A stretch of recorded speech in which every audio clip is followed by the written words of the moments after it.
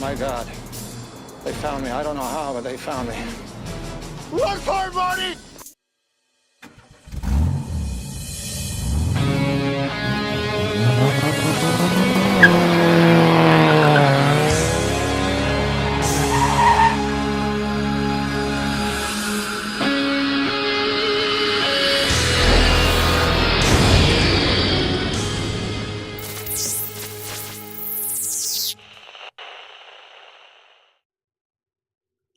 Hey YouTube, PhatPastor here. Welcome to all of the RC and FPV enthusiasts, tiny whoop and tiny trainer racers, long rangers, open class, spec class, strip 7-inch racers all across the country and around the world. This is Thursday Night Live and I am PhatPastor. We are waiting on our guest to make it in to the green room, but I already see lots of people here. The chat has been active already. I'm going to go ahead and read some names of some early comers. We have got, what we see here. We have Pastor Larry and Oops FPV Digital McFlies. McFly says he'll be streaming in my place next week. No. He says, LOL, jokes, not my strong suit. That's correct. So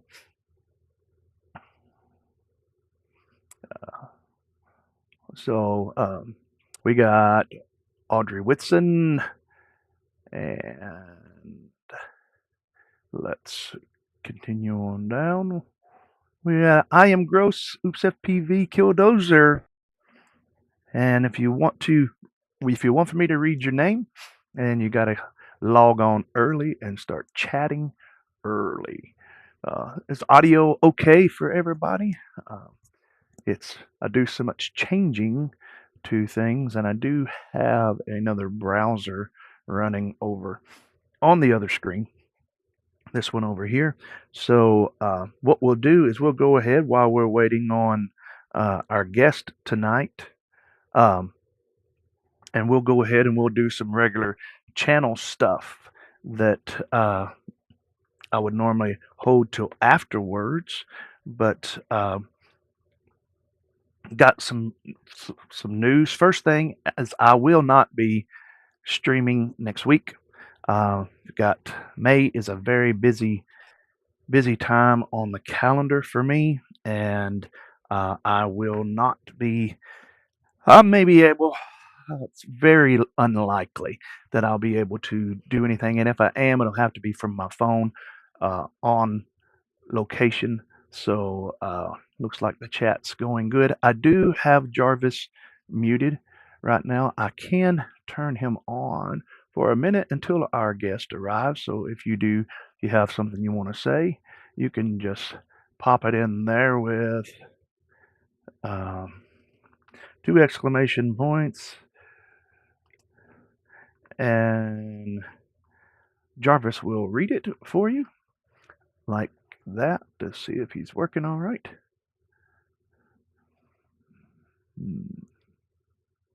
Maybe he's not. Yes, there he is. There he was. There he was. Okay, looks like I need to pop the chat back in and pop it back out. I don't know why. If anybody can figure that out, why that happens with Social Stream Ninja all the time, let me know. Because it is frustrating, to say the least. Now it should be. If you type something, it should be propagating it now. Let's try a few emojis. There we go. Pickles. Pickles. No. You got to put that space there, Digital. He's not going to say profanity like that. I'm going to put that in my banned words. Pickles. Hey, Bitterroot, how are you, brother? Let me send. Let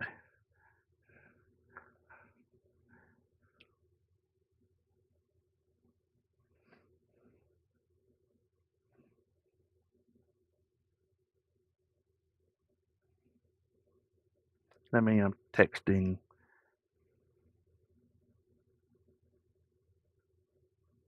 I'm asking to make sure the link is good. There he is. There he is. Ignore the text. Ignore the text, man. Okay. Can you hear me? We got our guest. Y'all are going to get to see the behind the scenes of the green room too. So let me see. He's kind of froze it up. No audio. No audio at all. Hey, Stuart Wilson. How's it going, Stu? There's no audio on Jarvis. Yeah, I can hear you. I can hear you, Phil. Can you hear me? You can hear me? All right. Let's move on over. All right, you're good? All right, everybody. Our guest tonight is Mr. Philiblasta. He is the. Let's see if I can get him in the screen right. We're trying to get him in here. There he is. There you are, Mr. Phil. How are you? Let's see if we can Good. see which one of these works best. We try that one for a minute. Phil is a longtime drone buddy of mine. He actually was present at the very first multi GP drone race I ever went to. But tonight, let me watch the chat here. We can hear now. Good. Okay. Good. Are we supposed to hear the guest? Yes. Yes, you are. Check 1, 2. Yeah. It's showing good on my end. How's it going on the stream? I can listen. Let me pull it up on my phone. Make sure real quick. Pull it up on my phone. Make sure real quick. Say something now, Mr. Phil. Something now. Make sure real quick. Say something now, Mr. Phil. Something now. Okay, gotcha. Little inception there, but that's the good way. It's all good. Yeah, we got it in the stream. So tonight, Phil has been so gracious, really in kind of short notice, to come and share with us tonight what I guess what it was like for to be an employee. I guess that's what you are, correct? Well, for that race, I was. I'm still a volunteer. But I'm on the Hey, website, so I'm yes, in it. But yes, anyway, yes. no, it's a volunteer mainly based organization. So this was an opportunity for multi GP to go in the black a little bit. Yes, yes, and this was I've had a lot of people ask me that, and ask me did multi GP actually get paid to do that Oh yeah. race? And you don't do very much in the UAE that they're not willing to pay you. So I mean, so Chris Thomas went with a small group to uh, feel out and tell them what to expect that we could deliver. And uh, I guess he gave them a price and they wrote the check and signed the contract. So that's going to, all is history. So I saw pictures on their Facebook whenever they had gone, and I was like, oh, they're trying to do that because there was talks about traveling around for different races, but all of a sudden they're popping up in the Middle East, and I'm like, oh, that's interesting. Fast forward a month and a half, and I miss a text from Chris Thomas, and I see a text from Sean Ames a little late, after he goes on to another platform to even message me, um, and says, "Do you have your passport?" And I'm like, "What would I need on my passport for?" Um, so anyway, I actually did have a passport, but it was expired. So um, I didn't know if I was going to get my time off from work in time. And I wanted to make sure that I was not going to, like, just last minute not be able to show up because work didn't want to let me. Hmm. Um, and so I got my passport in about 3 weeks after I actually tried to get it because I was in a limbo with my work. Um, so not for lack of trying. And but I've been really with a volunteer spirit at my work, but I got paid really well. I'm pretty flexible with my work, so they let me go and do that. So I worked the night before I got on the plane also. So just to make everything happen. But Yeah. yeah. So, Iron Mask.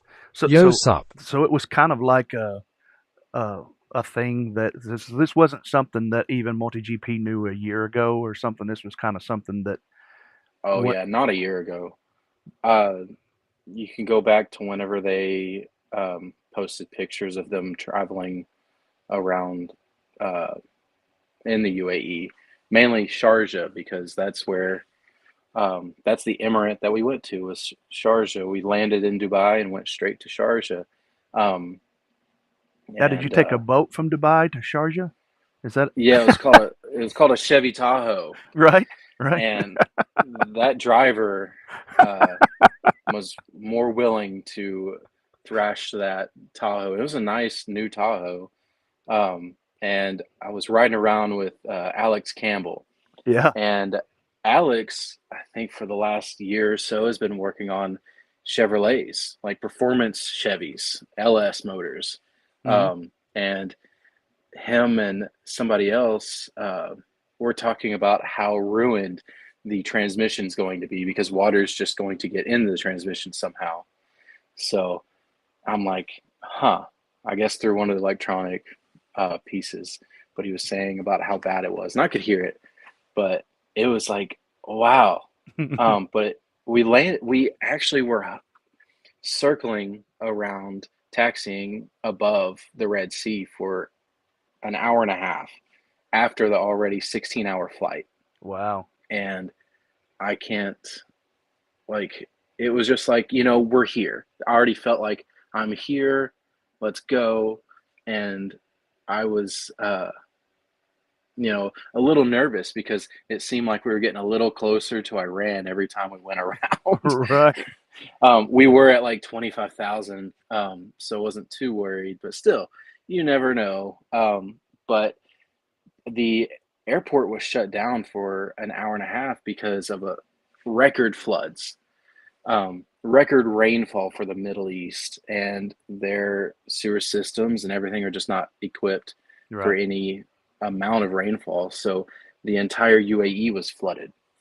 Um, so including the airport. The airport had 2 feet of water standing on the runway. Mm. Um, so I don't know how they got that cleared off, or if it was luckily like above, like where it ran off. But anyway, it was an insane thing to land there, and I don't think Dubai is supposed to look like a third world country, but it looked like a third world country that's underwater, like Mm. a water world, third world. But you have Lexuses and Land Cruisers buried, at least covering their wheels, and cars that are all the way up to their hoods, just completely covered. All you see is like the top pillars of the Mm. cars underwater. But it was surreal, and I'm like, oh, we're supposed to build a drone race in this flood? Like, what are we gonna do? And are we gonna even expect people to come out after this disaster Right. to this drone race? Right. So I was just thinking, okay. But circling back, whenever Sean asked me if I had my passport, I was thinking, I'm gonna build a track in the desert, because that's been my role for multi GP, is Right. able to be build boss of IO. Delegation, and I was like, I don't know how I'm gonna delegate in the Middle East. But did my research. Turns out there's a lot of English speakers. And but turns out I'm not going to be building anything. I'm going to be judging, which I have been doing for the past 3 years, and actually going back to 2019 at IO judging. So Now, uh, exactly for those that are not familiar with that in IO, so are you like a judge that will just explain to them what that is, what you do as a so judge? judging in a multi GP race is monitoring the pilots in a legal way. There have been calls where pilots have done something that you wouldn't think was not okay, but by the rule book, it's illegal. There's been a few cases where it came down to uh, going word for word with the rule book of controlled flight going the opposite way through a gate. And so that disqualifies that either race or lap. I'd have to look at what it says again.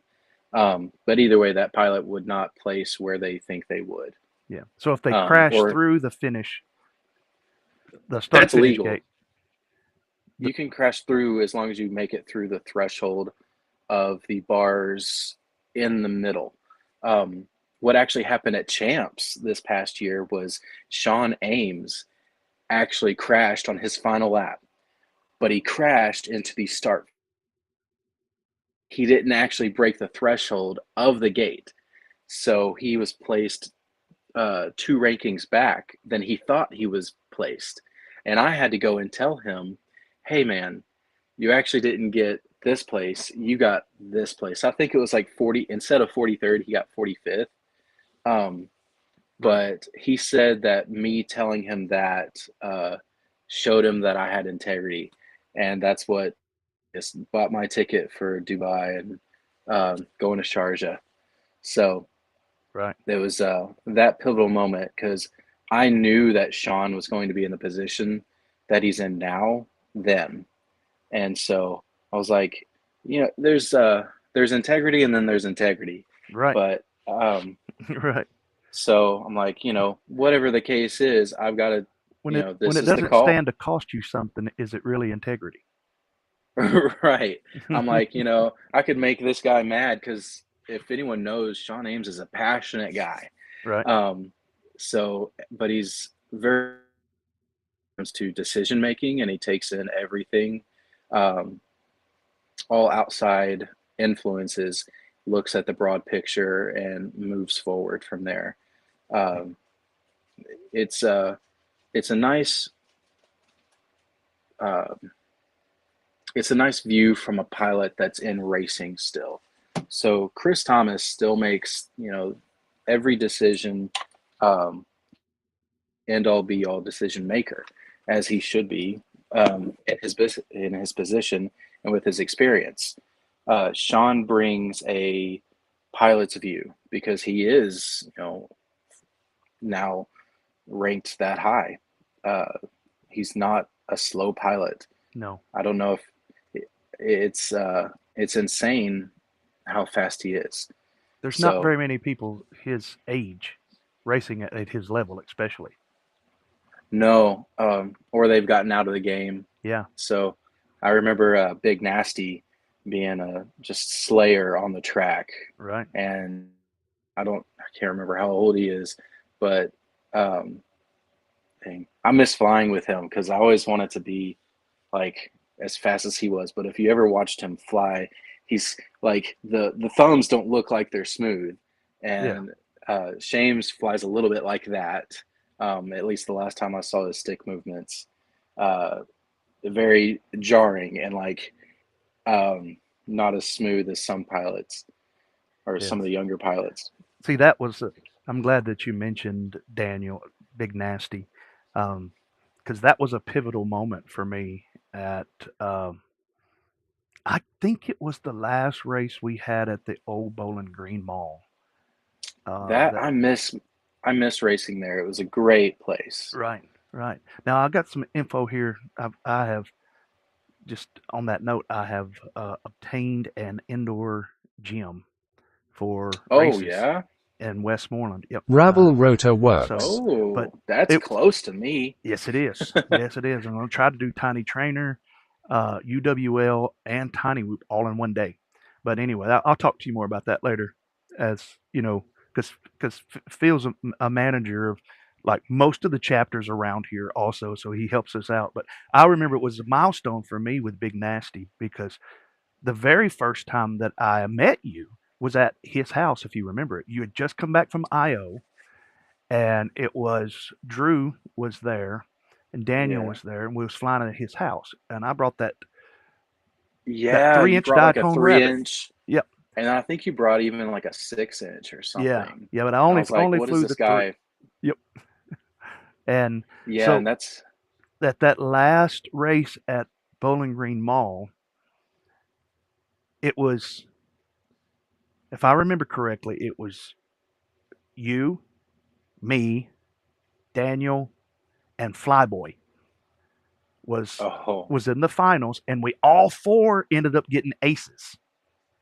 And in yeah. that, in the process of me getting that ace for the first time ever, and it was a Double tiny A. whoop race, which does not count. Let me preface this. Daniel Bolton on a horrible day.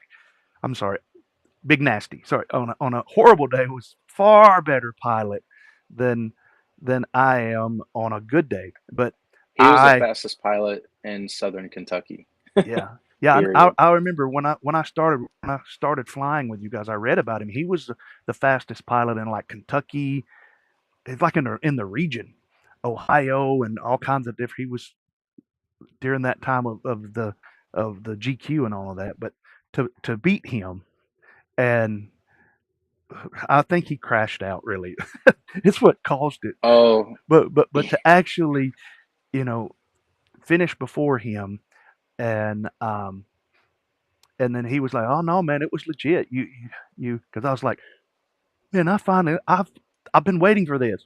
I've been flying for 2 years to even come close to it." And he gave me the yeah. kudos and everything, but I could kind of tell he's like, "It won't happen again." So Yeah. No, very competitive guy. great guy I, too. he started bass fishing. He got a boat Yep. and then he kind of left the game. Right. Um, he messaged me, I guess probably about a year ago now, about doing a tiny trainer or going to Knoxville. I was like, yeah, when a baby comes around, they kind of dictate your schedule. I And know. so it was Yeah. very an impossible thing to get to. Um, Now my schedule's opened up a little bit, and now I'm going to expect another one in August. Yeah. So So it's supposed to be it's baby about to get two, shut down. right? Yeah, baby too. So hopefully I'll be able to make it to a few whoop races. Mhm. Um, my wife is very supportive of me to live out my dream, and Right. Right. oh, Well, I'll try to keep a little watch on the chat too. If you guys have questions for Phil, I've got some written down here about the race. Explain, if you will, Phil, the difference between a regular multi GP race, if you will, and putting on an exposition drone race, right, because they are different. right. So multi GP considered. I wasn't in the room when all this was decided um, at all. Uh, so, but I can explain it to you. So, to put on a race, you really want to showcase the best qualities of a race. Um, the leaders of MultiGP have been to plenty of uh, production races, whether that's DRL, DCL, uh, or even our own champ. Champs leans toward a production style race, at least, in the finals. And so we know how to run a race quickly, um, or to get packs in. And so, and you don't want crowds to sit around 20 minutes in between races. So, firstly, wanted to structure everything on it's going to be a show. It's going to be a show with real pilots racing real drones that are stock. So it's not even a spec, it's stock. I have my prig here. This prig is the closest thing to what was raced. But if you picture taking the fuselage off and putting it looked exactly like a Cybertruck. And if you see the ads for the Sharjah race, it's exactly the drone that they use to fly. It's got the metal side plates that hold everything in. On the top, that holds the LED. Um,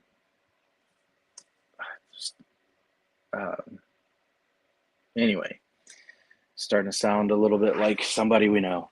Um, but I worked last night and I've gotten a few hours of sleep. Oh, So well, I appreciate anyway, you coming on, man. yeah, I love it. So anyway, this was a stock race. This wasn't a bring your drone and see what you and your drone can do. This was a bring yourself and see how you perform with a drone that's provided to you. So that sets it apart FP from Avery. every other style of racing league. Mm-hmm. We wanted the pilots to be in control of because we wanted the racing to be as tight as possible. And as much as other spec leagues try to make the drones equal, drones are not equal when they're not built equally to the same exact spec. There's always variables that's going to make one faster than the other one. And we set out to make it a controlled environment where we can give this drone to a pilot, which they had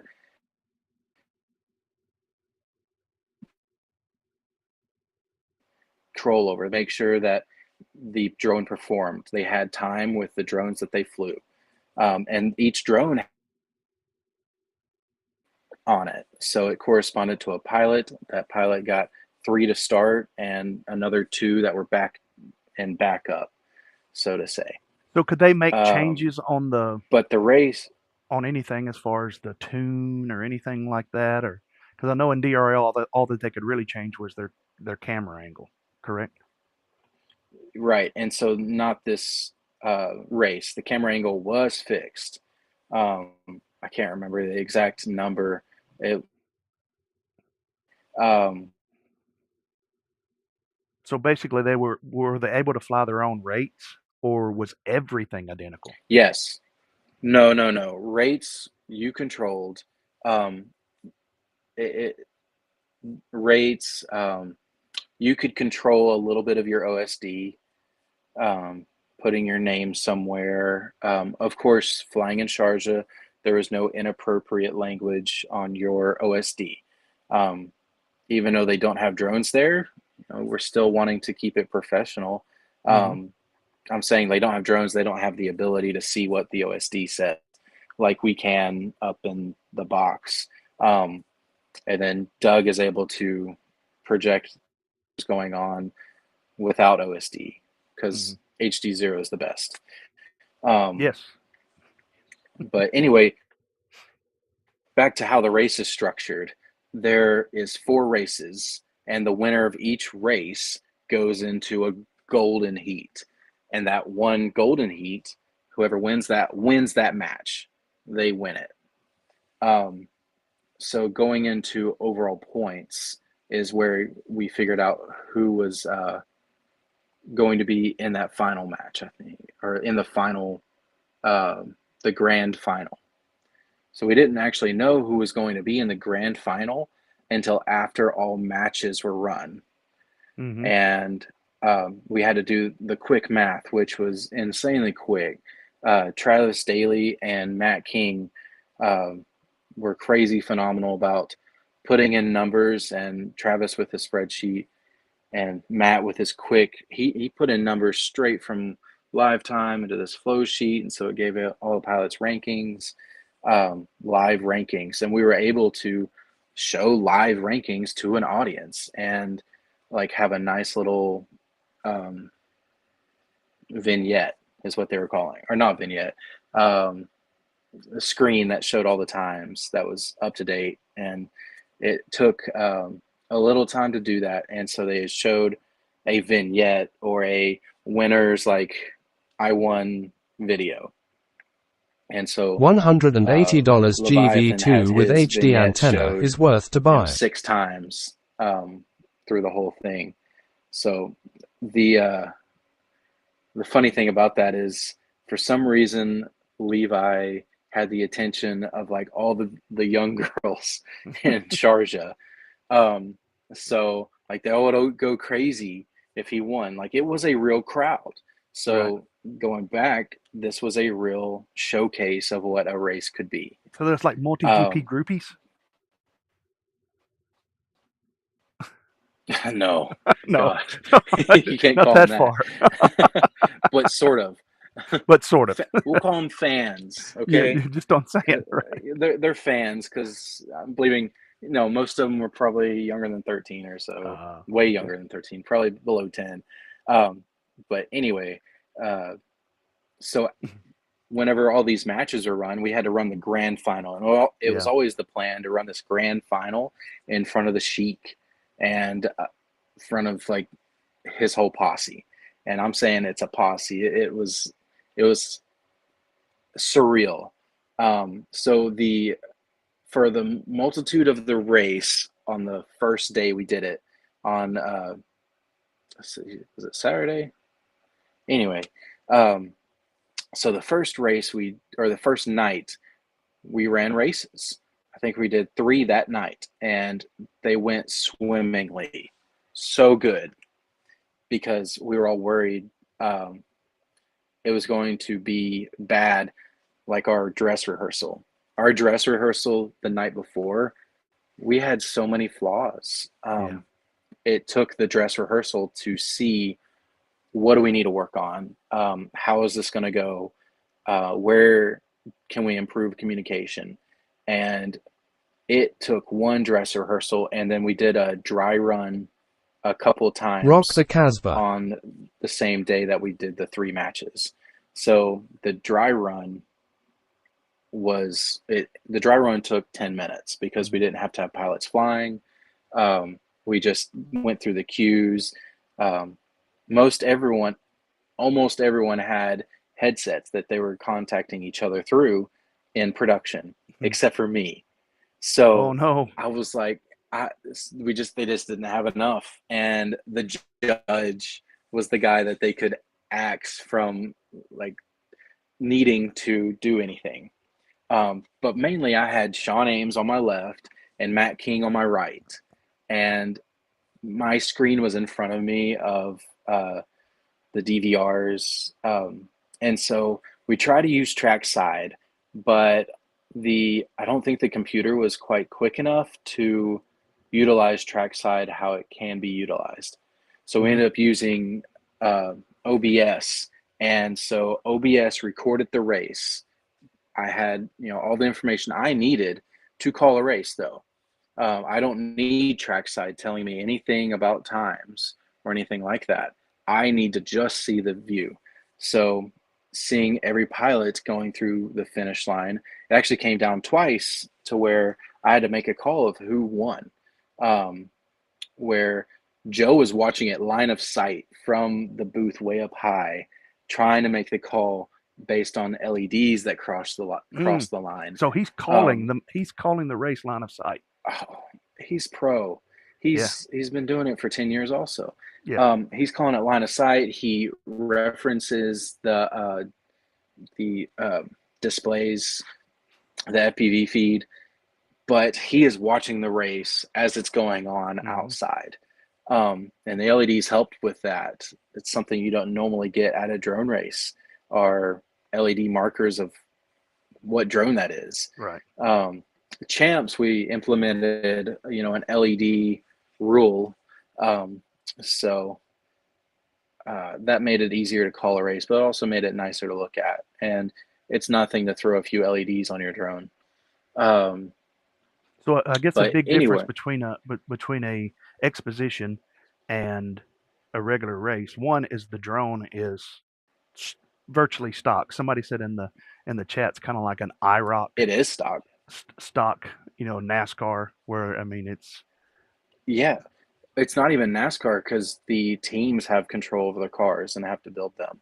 This was as if you're going to a go-kart track that had all their go-karts lined up for you to sit in. right. Um, so all the tunes were all the same. It was tuned to the umpteenth degree in Maryville, Tennessee. Hmm. That has some elevation to it. So taking a drone that's tuned at elevation to a drone that's tuned or not tuned, but flying at sea level, Hmm. I knew like the P's are going to be a little tighter. Um, but luckily, the evening time, I guess, was a little drier. And it was flooded And it everywhere, was so the humidity was up, right? Well, the funny thing was, it was really comfortable. Um, like I went to Sharjah, and then I worked a week, and then went to Florida, and I was more comfortable in Sharjah than I was in Florida just like 2 weeks later. Yeah. So it's funny. Now, Double A asked this question. He said Lamone was connected to you, right, Phil? Was he in your So ear? I I have a bad habit, and it's going to live streams while I'm in that process. It's not. It's hey, if I see somebody in the chat that caught something I didn't, that's good. Um, but no, it's I have a bad tendency of watching streams while racing is happening. So I was watching them watch us, and I messaged in the chat, like "Hello from Sharjah," and I get a Facebook message from Lamone with a link, basically like your link to join into their chat. And so I was like, oh, yeah, we're doing this. Um, and so I have uh, Enrico, who is MultiGP's like media guy. He's sitting a few seats beside me, and I mean, I don't ask for permission, but Better I'm than just get like, forgiveness, he's gonna right? see. Right. He sees me though. He pulls up the same stream. He chats in there. I got found out, but Uh, so I was showing a live, camera view of backstage, what's going on in production. So I've got Matt King to my right, and then Joe Scully calling it right next to Matt. But he's got his whole like built up screens everywhere. I don't know how he could call the race line of sight because of how many screens were in front of him, but he found gaps. Um, but he wants, all the information right then so he can call it. And such a pro. There's no one can call a drone race like Joe Scully. yeah, Um, and I asked him one day how he can do that, and he just said practice, and he went to school for it. So I'm yeah, like, well, yeah. I'm going to get that practice down a little bit, but I don't know if I'm going to go to school for announcing. Right. Um, I had him on the but channel and ask him all that stuff. It's like, man, it's just like, how do you do it? He's just like, it's kind of like some of these pilots. They do it without thinking. You've done yeah, it so and much. you could see that like his eyes were excited about the race, and his mouth was just spouting off what was going on. Like he was enjoying the race just as much as he was announcing. He Hmm. loved announcing to the crowd. And he's Yep. a rodeo announcer, so he knows how to Hmm. like liven up a crowd. Like rodeos, you're watching cows. Like how exciting! I mean, I'm Hmm. I'm joking. I Totally kept I exciting. kept waiting Thanks for for the Joe Rodeo, sub. Scully. but Thanks, Bernie, for subbing. I kept waiting, and anybody that watched the stream will know what I'm talking about here. And if you didn't, then you should watch the stream. Go back and watch it. But I kept waiting for at some point for Joe Scully to say, "Make some noise." Because that radio guy, when he kept coming down there, he was always like, "Make some noise, Sharjah," and then make some noise. And it was. I bet he said it 50 times. I yeah, watched so all of them. that the local, like, I think he's a DJ host Yeah. or a DJ. Um, so that was a really good call. Whoever made that call to have a local guy be a point of, I don't know, Connection. not only translation, connection, just to get like what the crowd is wanting, um, and also being a face like of their own, uh, somebody that they know. Um, and what was funny is half of the crowd did not speak English. Um, but you can follow a drone race in any language. You see a pilot that's lit up in a color, and you see the drone that's lit up that color.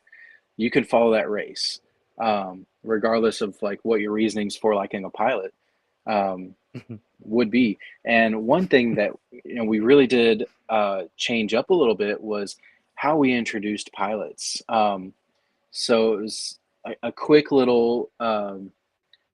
Joe would spend about 10 seconds on a pilot saying, this person is this person. The pilot was already trying to get their drone ready. Once they heard that they were announced, they were to get up and wave to the crowd and sit back down. You could do whatever you wanted. Like Sean Taylor showed up and showed out. And on before the flight to Dubai, I told him, man, I want this to be like WrestleMania. When they call you out, and you be like, "Yeah, brother, I'm gonna win this. Hmm. You're going down." Hmm. And so that's energy Right. that I wanted pilots to bring. And some of the pilots like kind of barely stood up, barely waved. And I'm like, I mean, they're here to fly drones. Yeah. And the show is the drones, but Yeah. Yeah. keep Sean was there. Yeah. Night Fury yeah, was there. entertainment Yeah. value is a thing. Right. And Uh, see that plays a part in a exposition also, right? If you're not entertaining the crowd at an exposition, you're really not doing the main focus of no, that race. if we only ran drone races without introducing the pilots, then there's no wanting for a drone to win, or you Hmm. might like a color, but there's this aspect of that's the pilot that's in that drone right now, like, or it's racing. Um, so, but going back to the backstage view, Hmm. so I sign into that little video feed as Phil backstage, and so I'm showing Joe, and then I guess Matt noticed that I was making Joe nervous, and the last thing I want to do is make Joe nervous, because if I make Joe nervous, Joe gets mad at me. So I Right. don't want to make him mad at me. Hmm. Um, and anyway, and I don't want to degrade his That's performance at correct. all. Yeah. I want to not ruin anything. That's the premise I went into Sharjah with. Don't ruin anything, and do whatever I can to make it better. Um, it was incredible to be there, and I was almost like a fly in the wall, but my role was important, or at least I keep telling myself my role was important. I'm like, I'm the first guy they could axe from this thing, but no, having a judge is important because I'm the call on what happened, and I can pull up um, the frame by frame of the race. Um, so it came down in two different races that I had to call who went through the finish line first, because as good as lap time tracking is, there are variables Hmm. that cause it to be incorrect.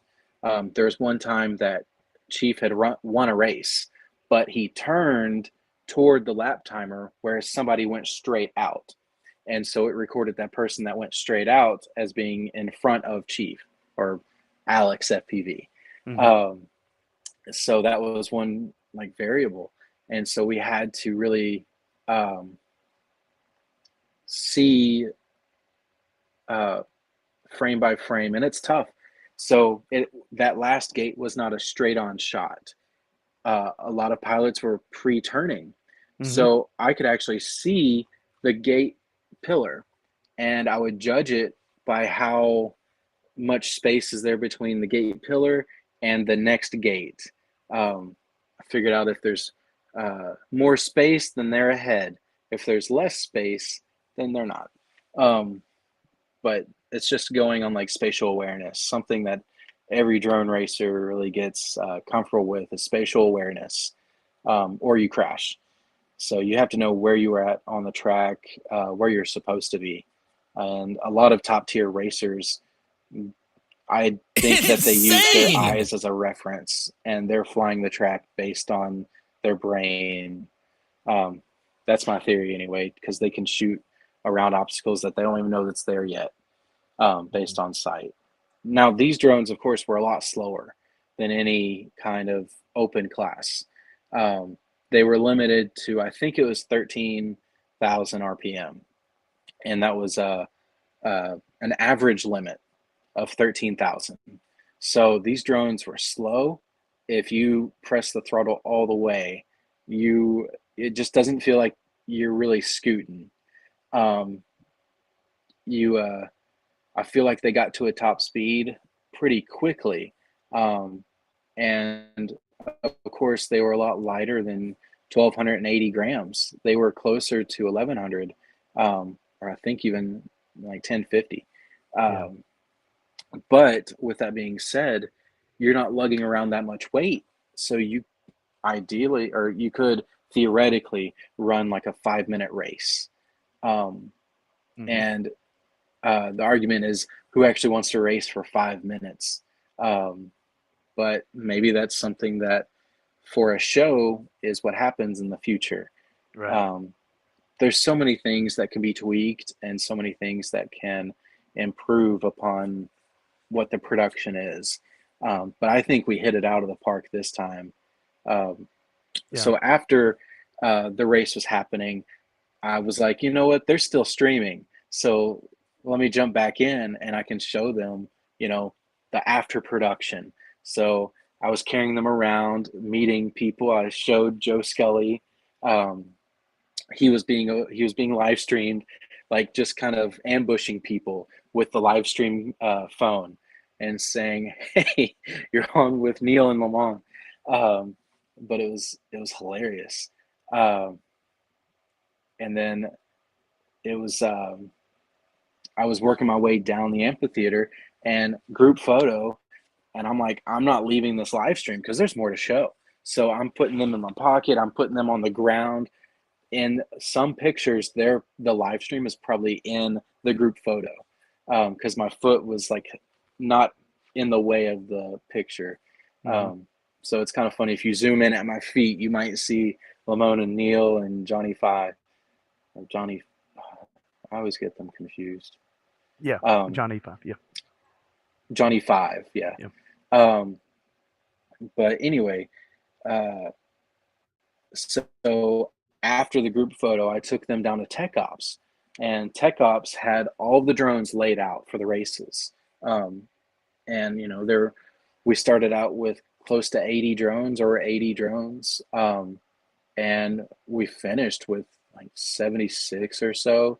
Um, and I think 76 that could be repaired. I think there were about uh, 60 that were flyable. I can't remember the exact numbers. Bernie knows the exact Yep. numbers. And Bernie's in the Um, chat, so he's yeah. asking questions there. I'll ask you here. I'll bring you up to speed in a minute, but go ahead. Okay.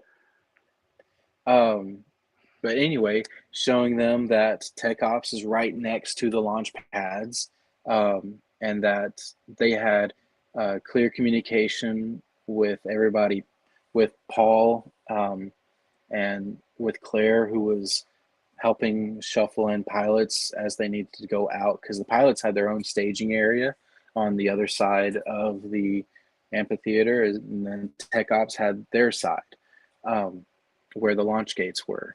So it was a very interesting uh, collaboration. Um, and if anyone's met Bartolo, it's Claire Cazano's husband. And I had no idea that he used to run plays and shows. Like he was I can't remember what the exact word was, but basically the director of the whole thing. So he had his headset talking to everybody, making sure that everyone had their cue to go. Um, of course, we always waited for Paul's all clear because Paul was the guy on the line. He had the eyes that were closest to the flight line. He could see if anyone was being put in danger.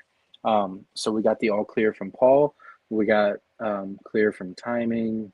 Um, and then Joe knew to ramp in to the race.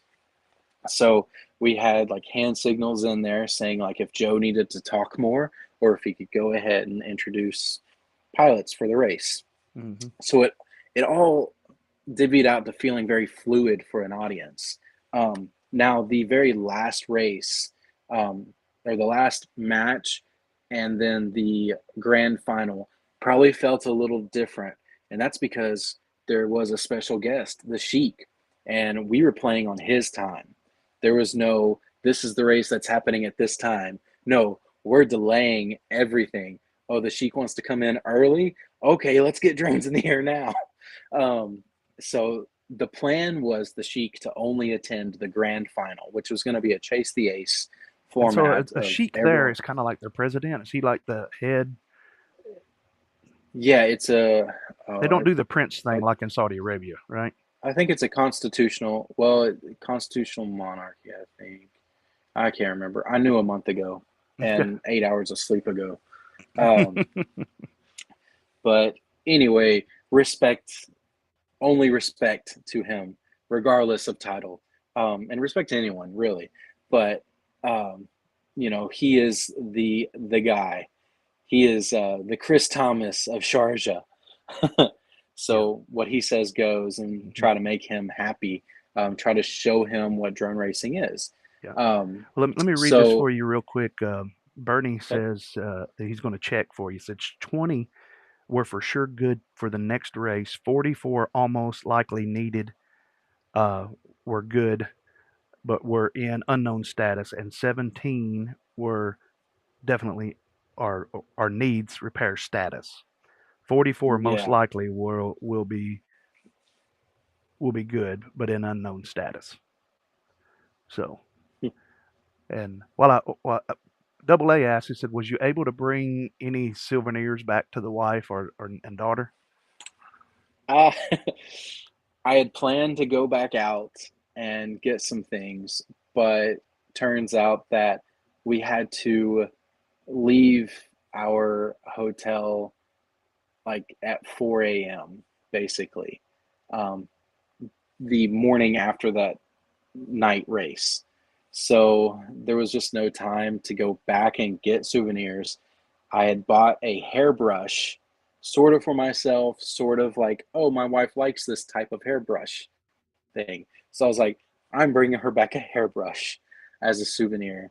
I did get a couple things. So one was like an all access backstage pass for that event. Oh And yeah, so you actually see the drone yeah, that they use, yeah, trying not to. yeah. Um, but it had a red border, so that means I could do or I could go anywhere.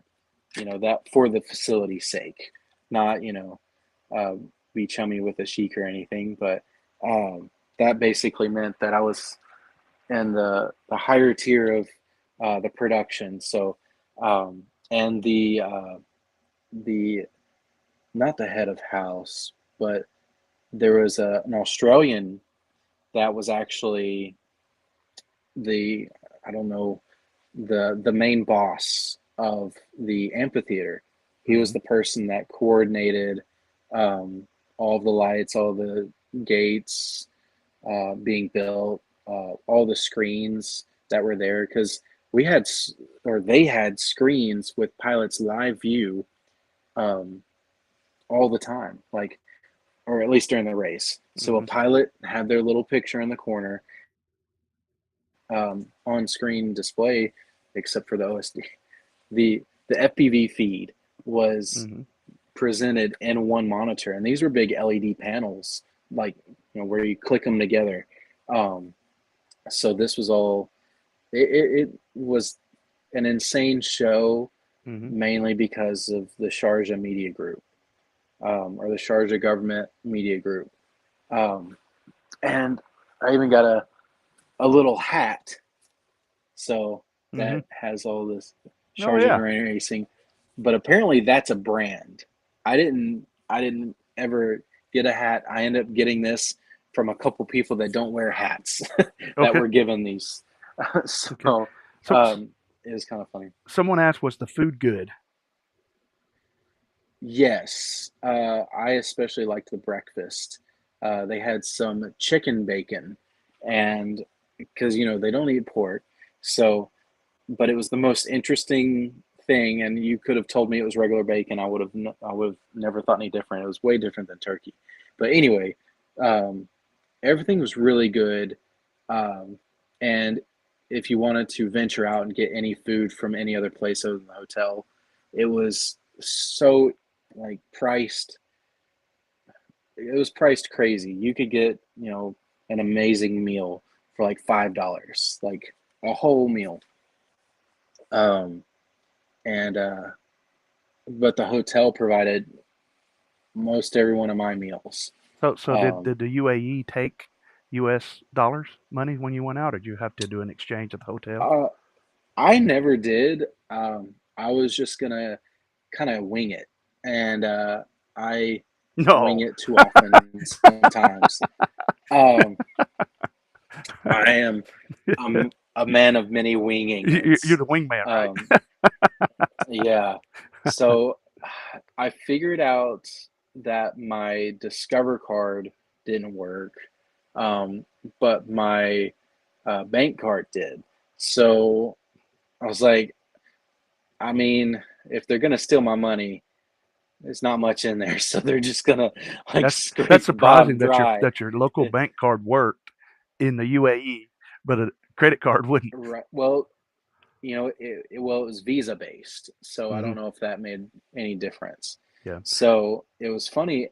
I bought just random things. I bought a whole like pajama jumpsuit that I love to wear. So comfortable. I bought this cool like it looks like it fits in the 70s or 80s button up and down shirt that's like giraffe prints, but they're like multicolor.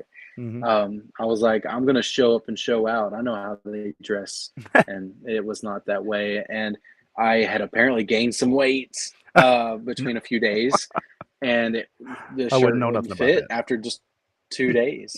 But I feel like I did nothing but eat the entire time. Hmm. Um, Now, it was one of my favorite things was the food, but I feel like I did nothing but eat, and so kind of went on a food fast.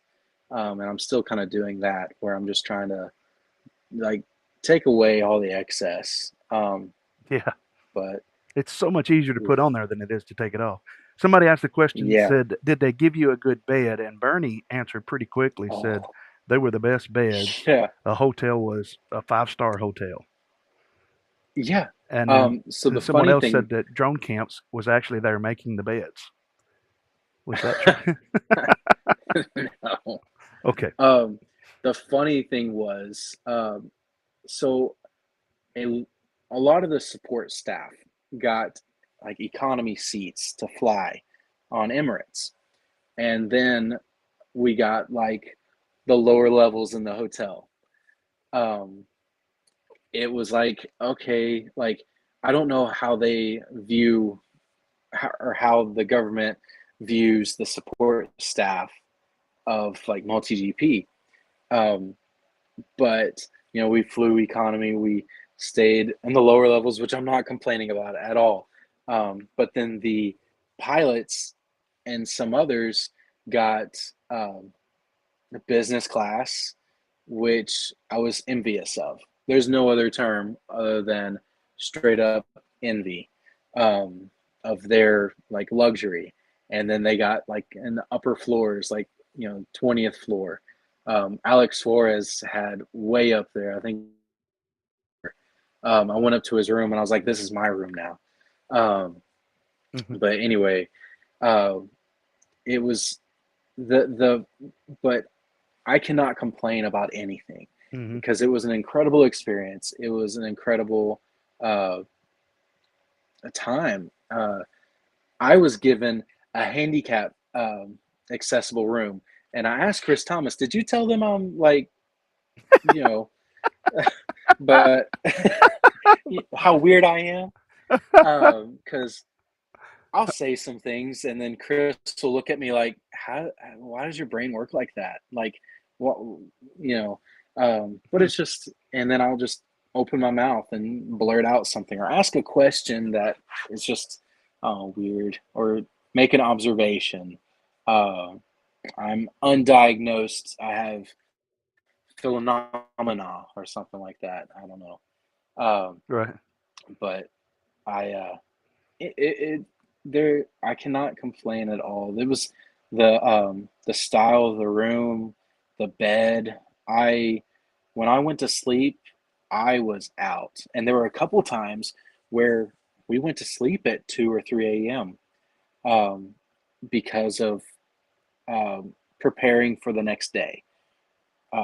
None of the team wanted to stop preparing for the next day Mhm. because we all saw like places that we could improve, Yep. or things that needed to be settled, uh, Now I saw on decisions that needed to be made. your shirt, is that a Sharjah shirt? It's on the sleeve?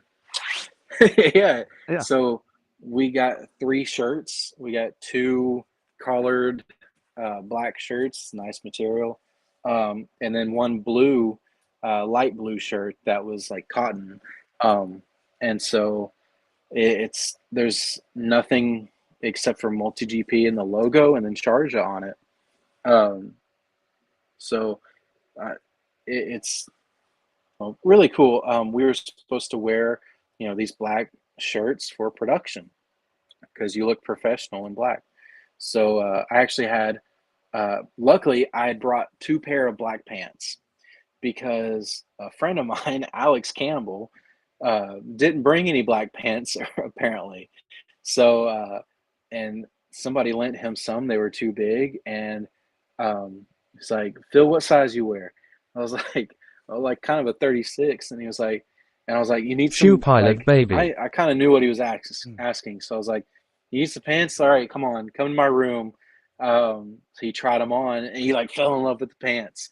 And I was like, "It's all right, man. Just get them back to me." He still has my pants. You still got your pants. He still got my pants. Luckily, he lives like an hour and a half away. Right. We need to hang out. Yeah. He's got a new baby and a Yeah. fiance, and Yeah. I've got a baby and a wife. We He's a need to great hang dude. out, He's a great dude. I dude. got to spend a little bit of time And with him. What you see on so TV is what he's like, man. He just laid back. exactly, the biggest thing about Alex that I did not think was going to be a thing that I noticed, and I guess I noticed some things. His communication with anyone with like an English language barrier, was so Gelato good. FPV. His communication with them, it you knew what idea he was trying to get across to them. He was trying to like buy something or um, express any kind of like gratitude. Um, and he got a haircut while in Sharjah. Him and Free uh, went to a barbershop. Me, Alex, Free, and Adrone were just walking. I think we were walking to the mall. I can't remember where we were walking exactly to, or maybe it was just to the barbershop. Free got a straight up amazing cut. His beard was straightened with like a steam iron. Like he looked like $1 million, and he felt good. He looked good. And then, but here's Alex. He just got the haircut of his life, and he is expressing that. I don't think Sharjah was ready for his excitement about his haircut. This is Boom, a baby. tiny. It was, Was he and he cacking was like, all in the place? Is that what is he doing? dude, he was doing this number. Yeah. He was just like just excited, and here's like these barbers, and I guess somebody that was just sitting in a chair, and like just like kind of watching this American that's going crazy about his haircut. um and it was like, 40, I think, dinar 13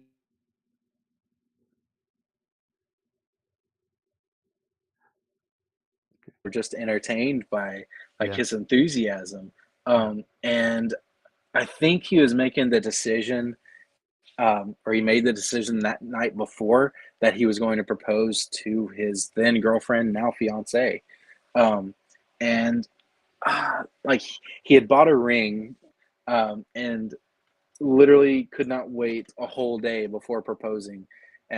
He bought a ring with his now fiance, so she picked it out. She liked it, and it's just like he gets excited. Um, like me, he can't hold a gift until it's time to give the gift.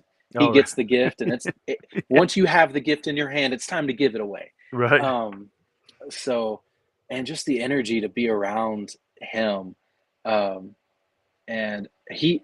So, what's funny is when I was in Nashville.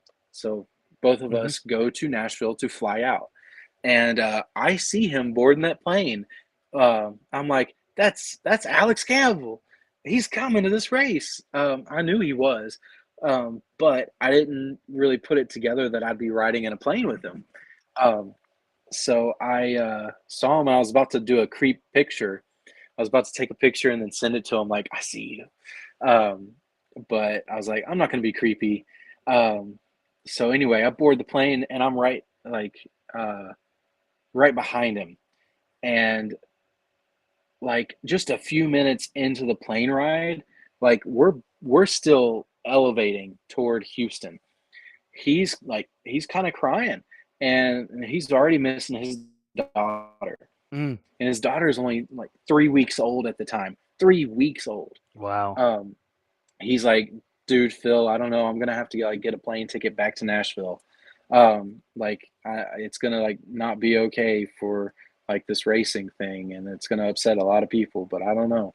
You know, and so that like instantaneous, like homesick and missing his baby, like, and just having to leave somebody else in care of your baby that was just born, that you put so much energy into, and like you're sleeplessly like pandering to.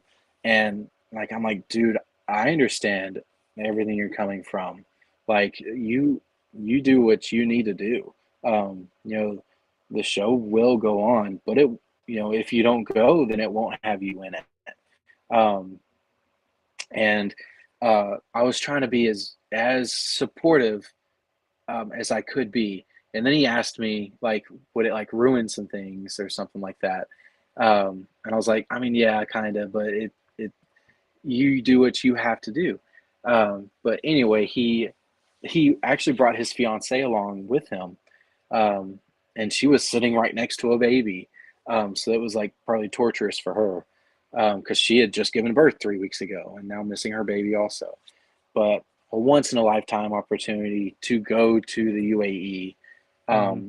So quickly after we landed in Houston, he was gung ho to continue on to Dubai and then Sharjah. So it was really cool to see him back energetic. And we saw a few friends in the Houston airport. There was Amari, and then there was Sean Taylor. It was like, holy crap, these guys are right here. Like this is happening. Um, what's funny is we get into line to like pre-check or something, making sure our bags got onto the next plane. And we're just talking.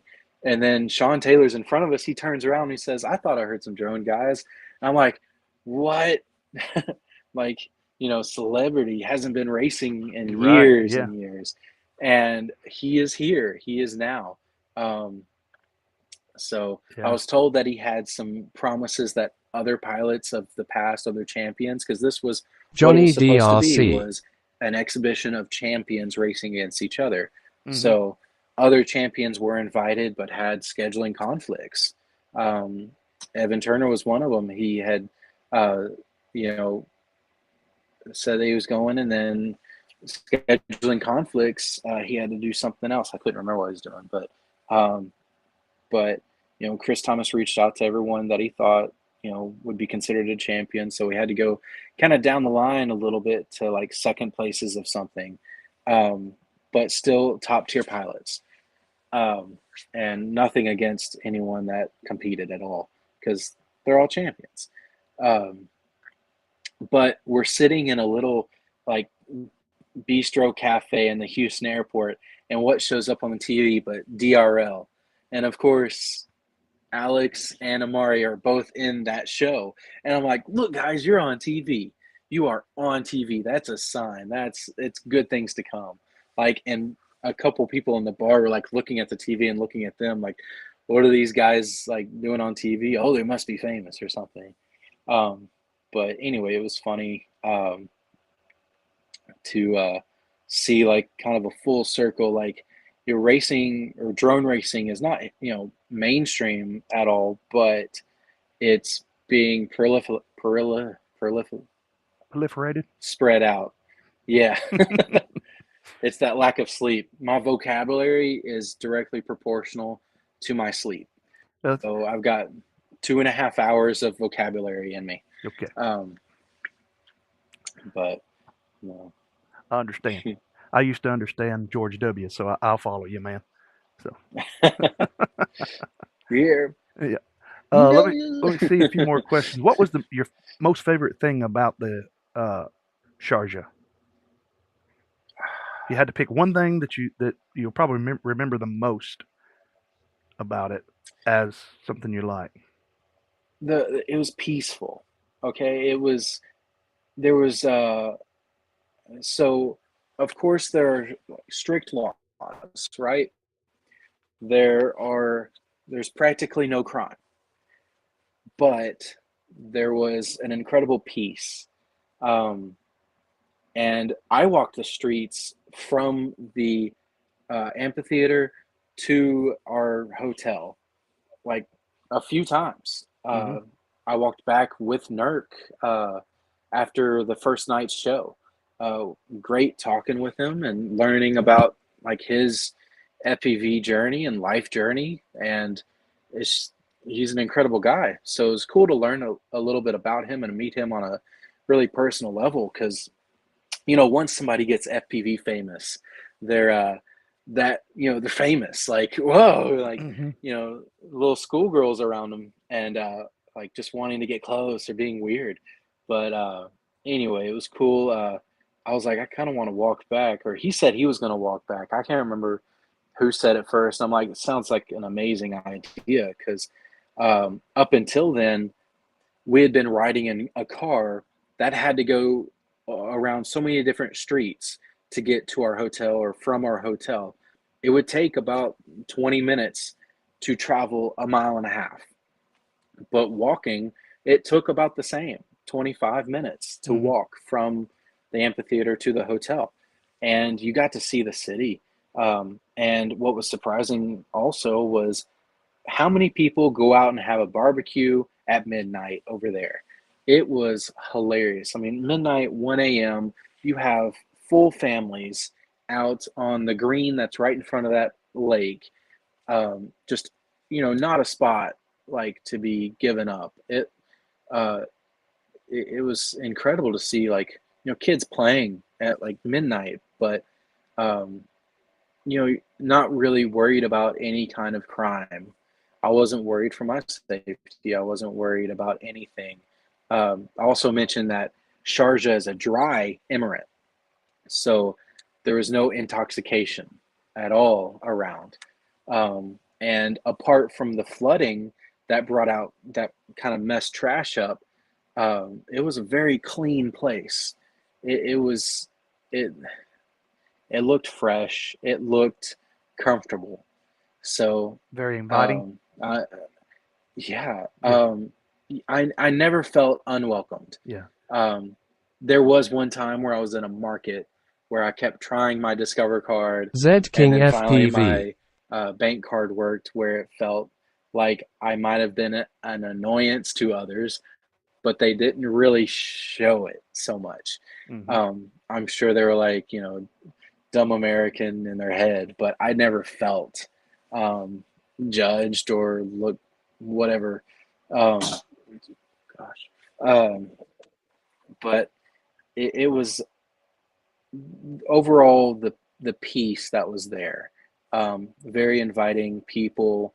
Um, there, it didn't seem like there was any agenda that anyone had. Like, when you meet a random person anywhere you're traveling, it feels like they have an agenda Mm-hmm. to either get your money or something. Mm-hmm. But I never felt like that.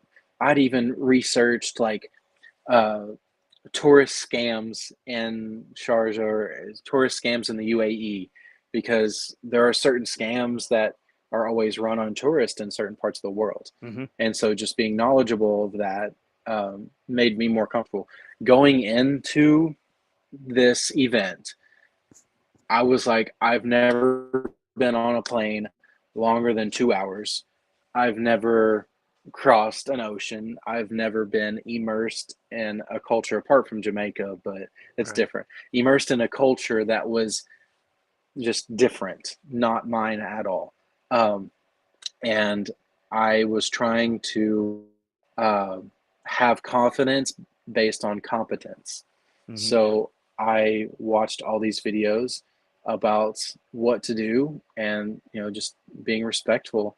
I even watched like an hour long video on language, like their language, um, learning a little bit of Arabic. And I didn't use it not once because I didn't feel comfortable saying anything that might be misconstrued as something Right. bad or something. Right. So anyway, I just kept it simple, and everyone that I really had contact with spoke English anyway. Um, so it was a surreal thing because it's a very westernized Middle East country. Mm-hmm. Um, but they still have, things that come down to their culture. So you're um, not to shake hands with a woman. Mm-hmm. Um, you're modest clothing. It's nothing like flamboyant or showy. But of course, like you see people that either live there or tourists there that wore whatever they want, but you knew they weren't local. Um, Everyone local, was in casual dress Right. or a full I think it's could shoot. I knew the word back uh, there.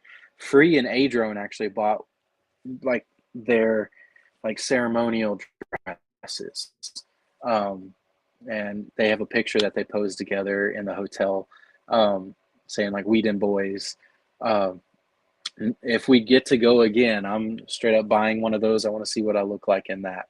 But it was funny. So Free was talking to the guy that's, I guess, in charge of the media group, but he's fourth in line um, down from the sheik. And I didn't know who he was at the time when I met him. So we meet this guy at the entrance. We're actually inside the amphitheater and he's coming in. I shake his hand.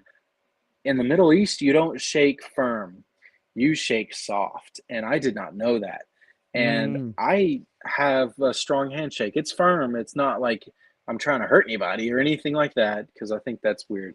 But anyway, I'm giving him a firm handshake and immediately, like, you kind of release. Like, you know how you feel like Mm-hmm. you just like, oh no, like somebody gives you a limp handshake. You're like, oh no, Yeah. It's like you break like something. Yeah.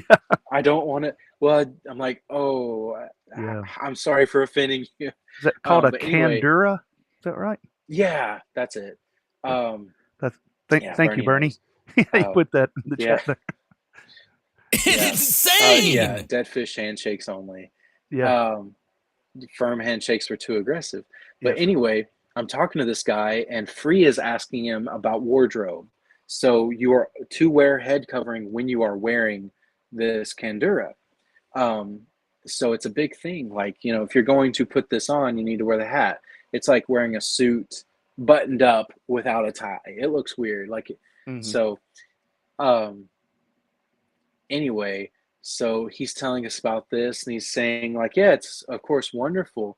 Um, and he said, you don't, you wearing pants, you have to pull something down to use the toilet. And me, I just pull it up and I use the toilet. And I'm like, so you got nothing that's holding things together down there? And he was like, no. I was like, so you're just free balling, and I'm like doing the whole like alarm clock shuffle. Um, and I don't know, an old alarm clock where it has the bells where the thing goes in Yeah. between. So Yeah. picture that on the bottom side. Right. Anyway, safe for the stream, y'all. It's alarm clock talk.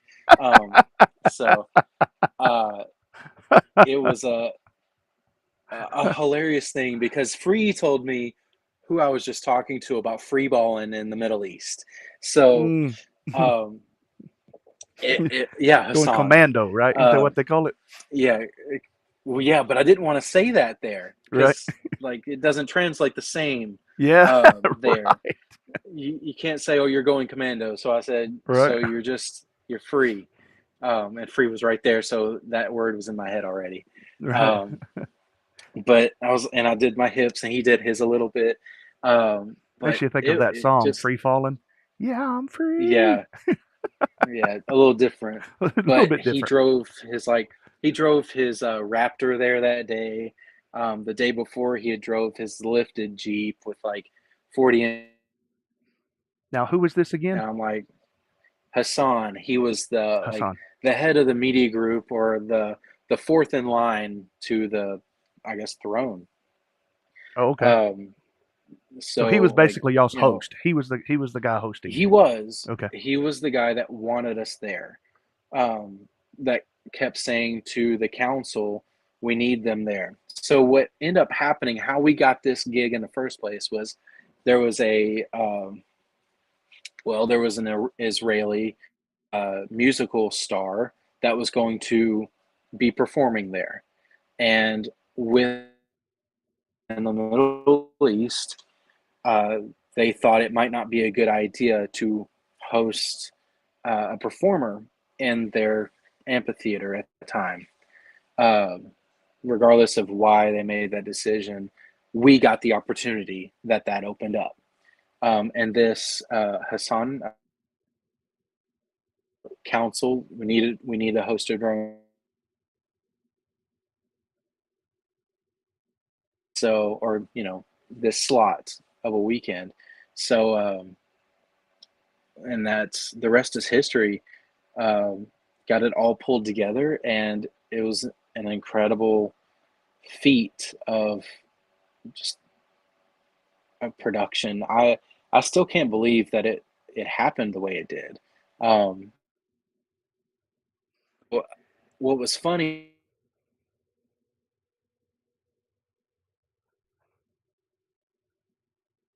match 5. So we knew he was going to come out. So we paused racing. So we don't want to be racing while he's entering in. We want him to experience, what the show has to offer from basically start to finish or the front of the race. Um, it was kind of crazy. So the amphitheater just started to flood in with all these guys wearing kanduras, like because most of the population weren't wearing kanduras; they're wearing maybe a collared shirt and slacks. But when all these white robes start to flood in, and I'm like, oh, this is surreal. This felt like, you know, a term like the mafia just arrived to their favorite Italian restaurant. Hmm. Like, like they just swoop in from around. So he had a dedicated seat to see the show. So that seat was, of course, free the whole time. And then for him, and then he came in, took his seat, and then we're like, okay, go. So after he took his seat, we knew our objective was no delay. It wasn't like anything other than, but grinding wheel. Like we have to get this show going. Um, so what was crazy is Tech Ops prepared for a 20-minute break um, to get everything ready for the grand final.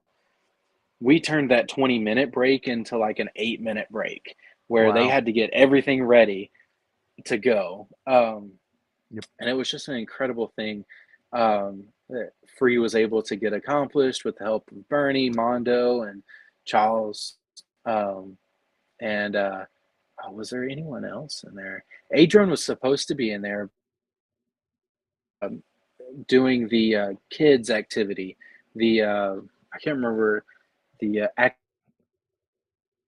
So he was doing flights with little drones. Every kid that showed up, probably close to 700 children, got to fly a drone in Sharjah, which now they're all criminals because it's illegal.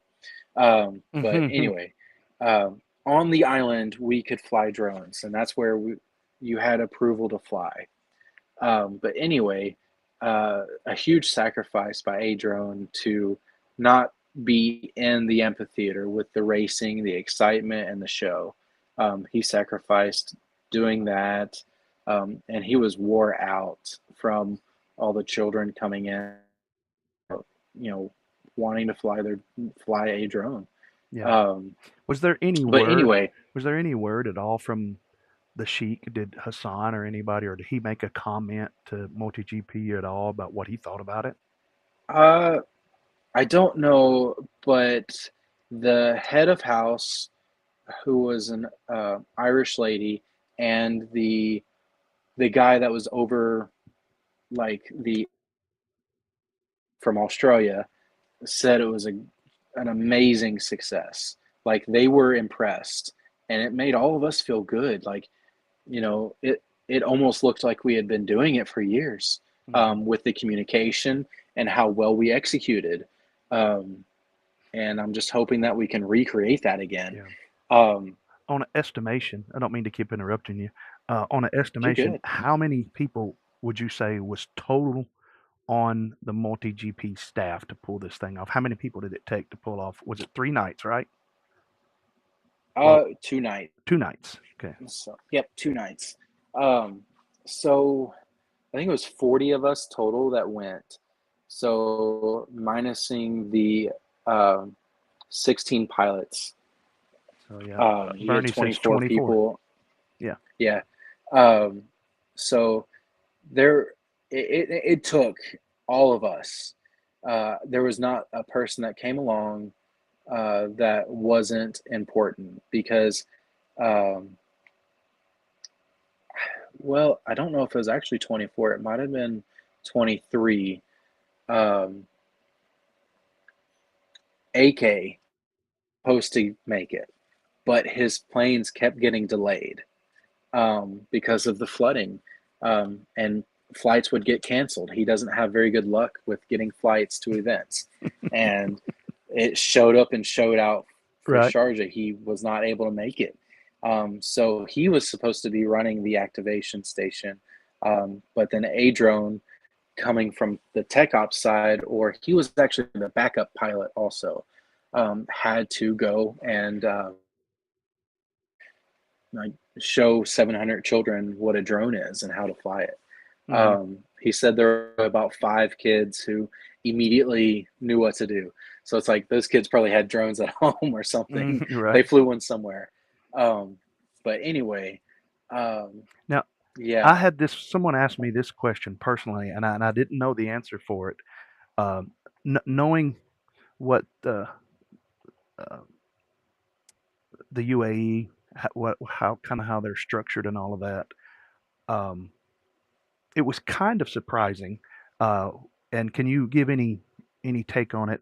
How uh, Callie was received as a female pilot there,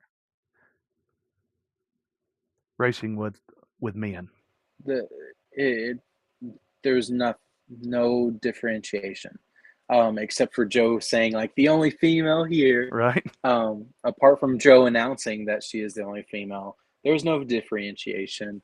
Um, her Achilles heel was that tower, so it run a few good laps that she's she's every bit as talented as anyone that was there. She just had this bad luck with that tower, Hmm. um, pre-turning or just having mid airs. It just that top gate in the tower. Well, was just yeah, and it kind of appeared to crazy. me as a spectator watching it, because I watched it a couple of times.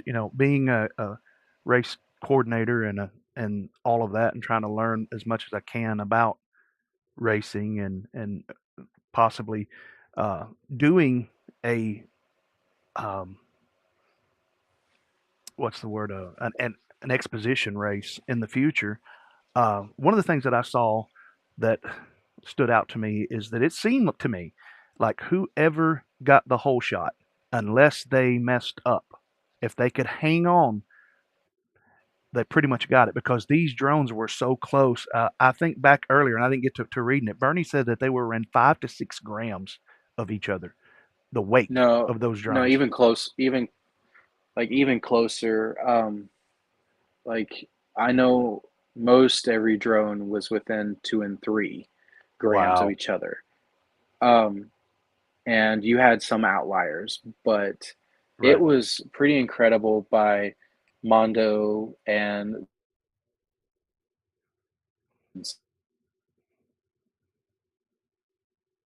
33 who helped out. It's how they were able to build 80 drones in like 3 weeks is incredible.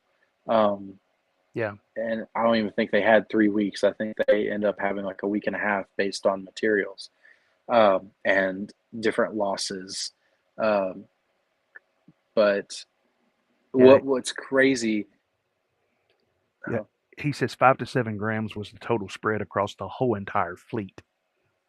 yeah, well, that's 5 and 7. Like was the gap. So you had the middle road and then like three up, three down. Like, Right. but it's just you know, and they would so some of the batteries were also heavier light, and they tried to make them all equal also. Hmm. So there was some variability there, but um, making it less of an issue. Um, but yeah, if you got the whole shot, you had clean air.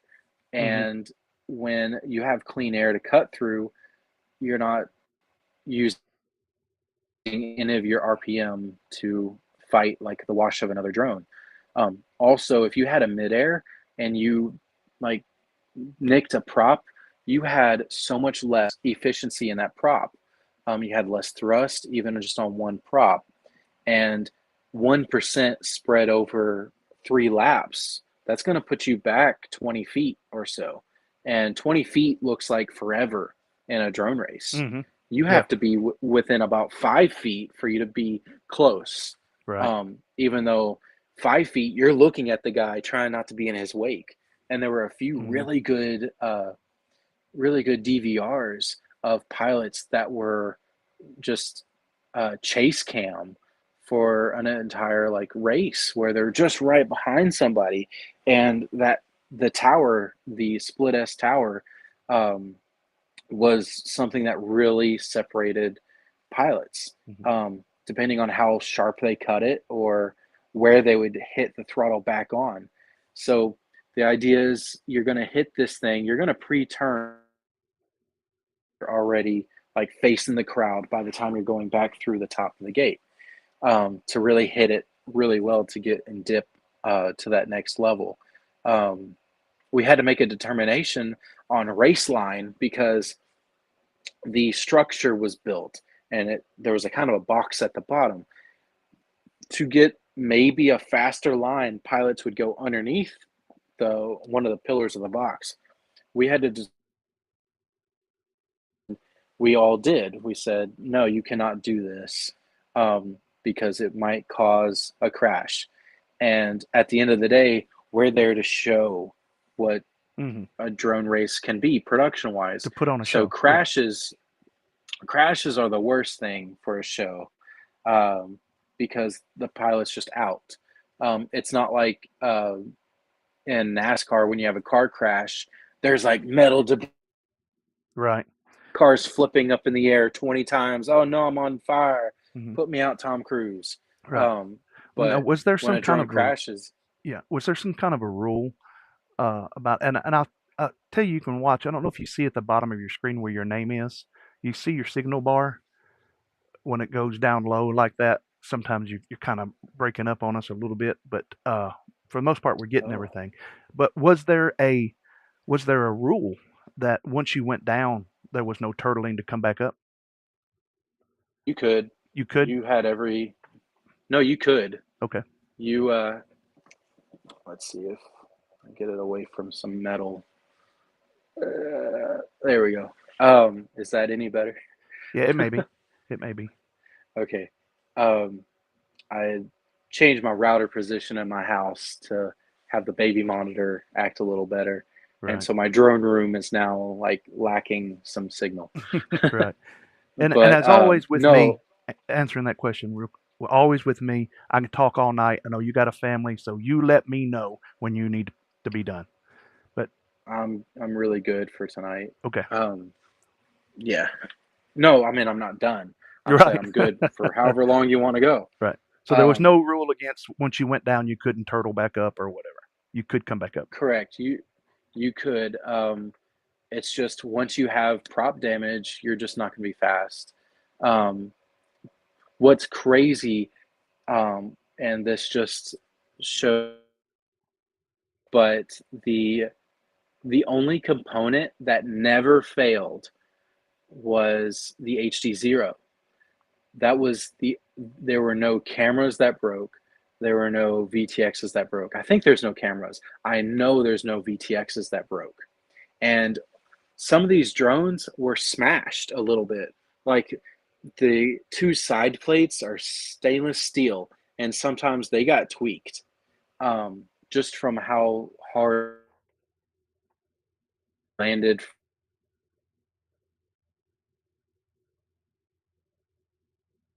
slammed right into concrete.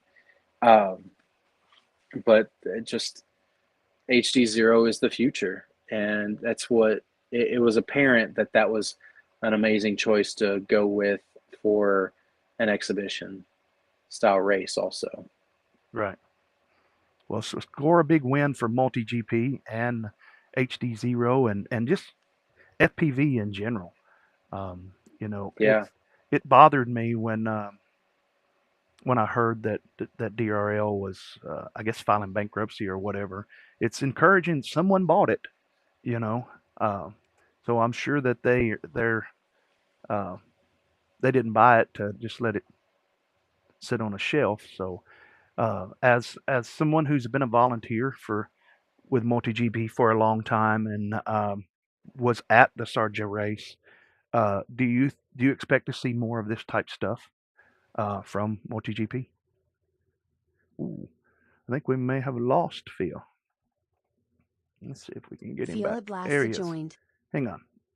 There we go. Oh, We lost you there for a second. oh gosh. I'm gonna plan better for the next time we That's chat all or right, man. That's all next right. next It, time we hang out. yeah, Um, it's not been that but bad. Most yeah, of the time, we've been able to tell what you were saying because it just dropped out for a second. okay. What was the question? I don't know about that now. Oh, DRL. Oh, if this is gonna happen again. Yeah. Do you think this is going to happen again for multi GP? I think of course it's going to happen again. There's just a question of where. Um, it's there. I heard of two places around the world, which I won't like say that out loud. Well, I can Um, tell you something. Someone told me that there's. I don't know how true this person is. They could be in the know, but uh, sometimes they blow a little bit. They told me that they've heard that there's an event being planned in Seoul, Korea. Have you heard anything about that?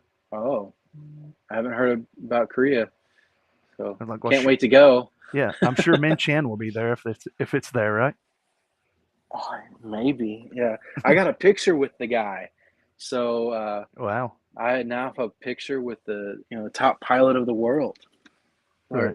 I can say that because he won champs. Right. Um, but I've And I also think he was watched expected to his. win this. I think a lot of people expected him to win it, but you know, I, Yeah, well, of course, it's fastest pilot. Oh, who's going to win? The fastest pilot. Let's see. I don't know. Yeah, okay. My phone was about to die. Trust. Oh God. You're there. You're still good. You're still good. Okay, good. That I probably shouldn't have told you about that signal dropping because it's dropped to nothing several times and just been an X there. But it just freezes with you, and the chat's been saying the freezes are cool. So, Oh no, and I noticed one of the freezes, and I'm like, my face looks like that during this stream. I've got to smile more. So yeah, my you cheeks are really stuck froze like up when you was this. talking about the pendulum and the. No, I'm joking. It didn't freeze up then. I'm messing with I'm gonna a puppet up here and just smile the whole time, and so it looks like my face is frozen. I'm still talking, and I'm moving my head like you. this. But um, but yeah, hopefully there's more production events for multi GP, and hopefully I'm a part of it. I haven't like it's crazy that I was invited to do that. Hopefully more friends can join in the future. Yeah. Um, Yeah. and you always want everyone to go, right? Um, you always I'm always sad for people that didn't get invited to something like this because I've been there. I've been not invited to something that I thought I should go to or I should be at, Yeah. and That you earned the to spot. sit, Yeah. it's yeah. Earned it is like, I don't know if that's the right word. I was fortunate to be in right places at right times, um, but I I it's still surreal. I don't like being on the other end of it all. I still can't believe it happened, um, and how well it happened. I didn't think we were going to have that big of a show, that awesome of a host, um, and that I don't know. It just didn't feel like it was going to go that well, and it did. Like I was thinking, we would do a really good show. I wasn't thinking that we would do an awesome, amazing show. Hmm. Um, and yeah, Bernie said there's always a luck blessed component to everything, Hmm. and yeah, it really feels that way.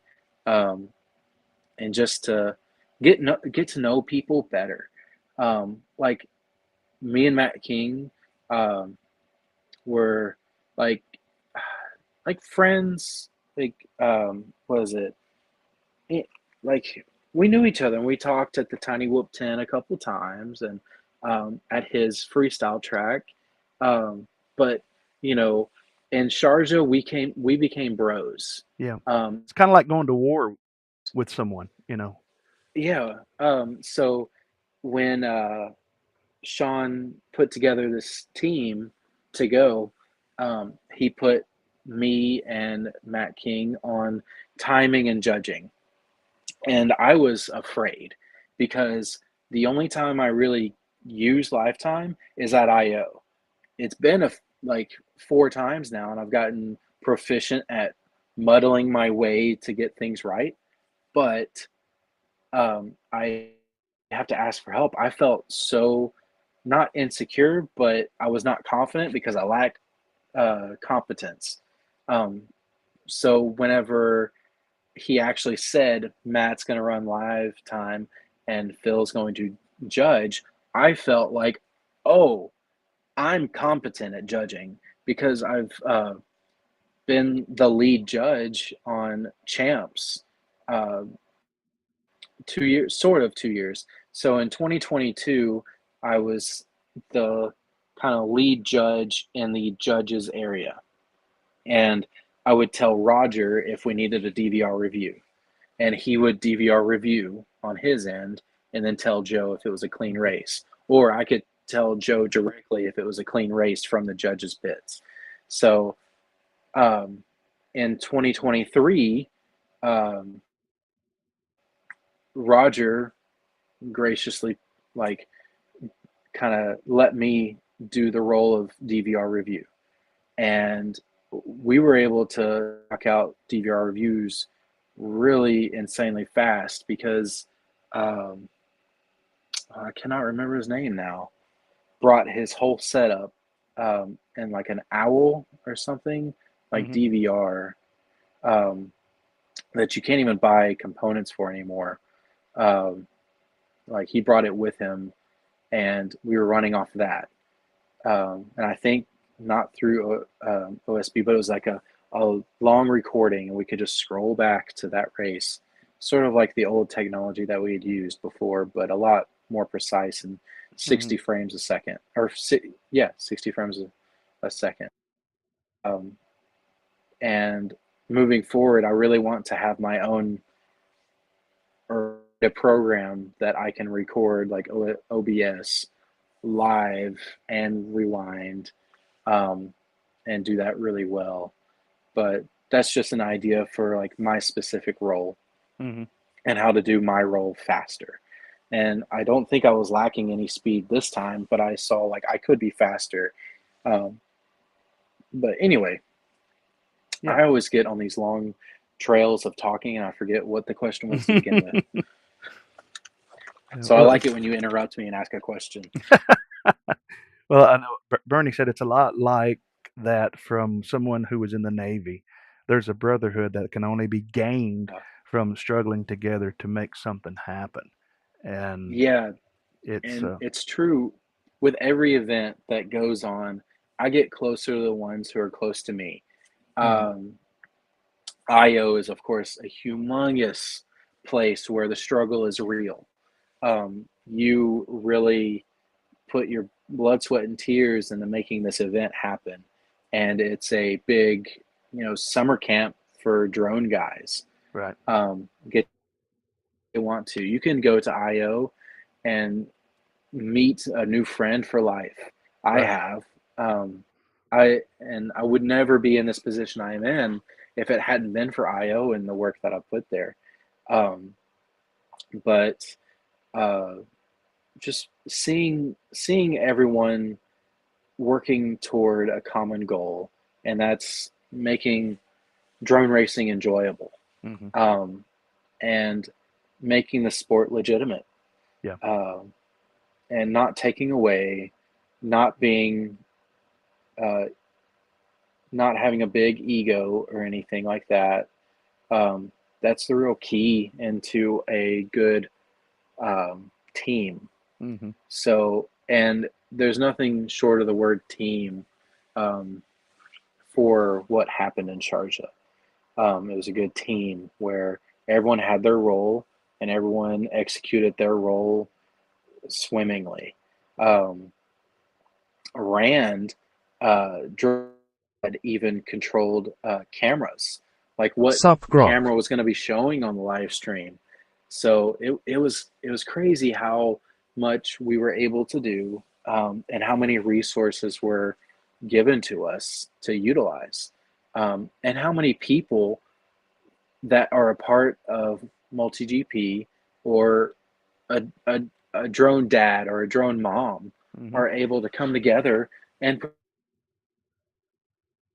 Screecher's dad would be able to do what he did, and Rand's or Drobot Racer's dad to be able to do what he did, or you know, Callie's dad to do what he did. right, right, But it's crazy how the the melding of this team made that production happen. yeah, Um, I still I just kept having to look around and make sure that I wasn't dreaming, yeah, you know? yeah. I have to tell people, I've been in management and leadership for a long time, and I have to tell people quite often, me will kill a team faster than anything else, Yeah. and It's yep. Thanks for the sub.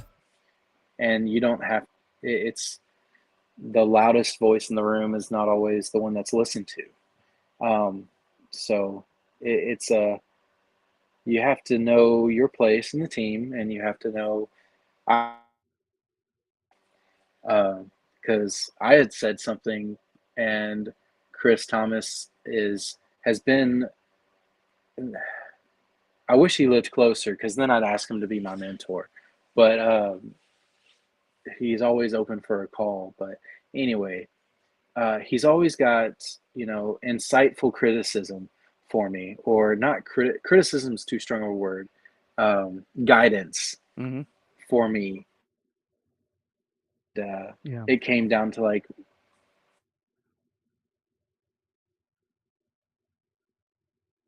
probably 20 times. So I'm going to re-practice all my knots before IO. Right. Right. And But the best leaders at times have some of the most frustrated people under them, because a good leader always pulls more from you than you thought you had to give.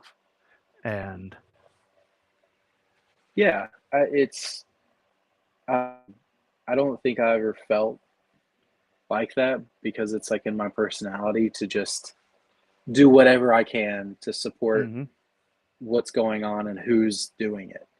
Um, Being anticipatory of need is a real strength that I like see in myself, and I try to anticipate need. I try to know what's needed and provide it before the person that needs it knows that they even needed it. right. Um, and I just, striving to uh, perfection, but keeping a servant's heart. Um, hmm because at the end of the day, I'm just, I want to be a part of the team, and you can't be a team with me in it, That's right. Well, right? well, let me say this, because I've seen it a bunch of times in the chat. People are saying you guys did a great job. That that you guys crushed it. And with that, I'm gonna do a little shameless plug here. Uh, while you're smashing it, smash that like button, because Phil has really helped make this an awesome stream, and we need this to go out to more people.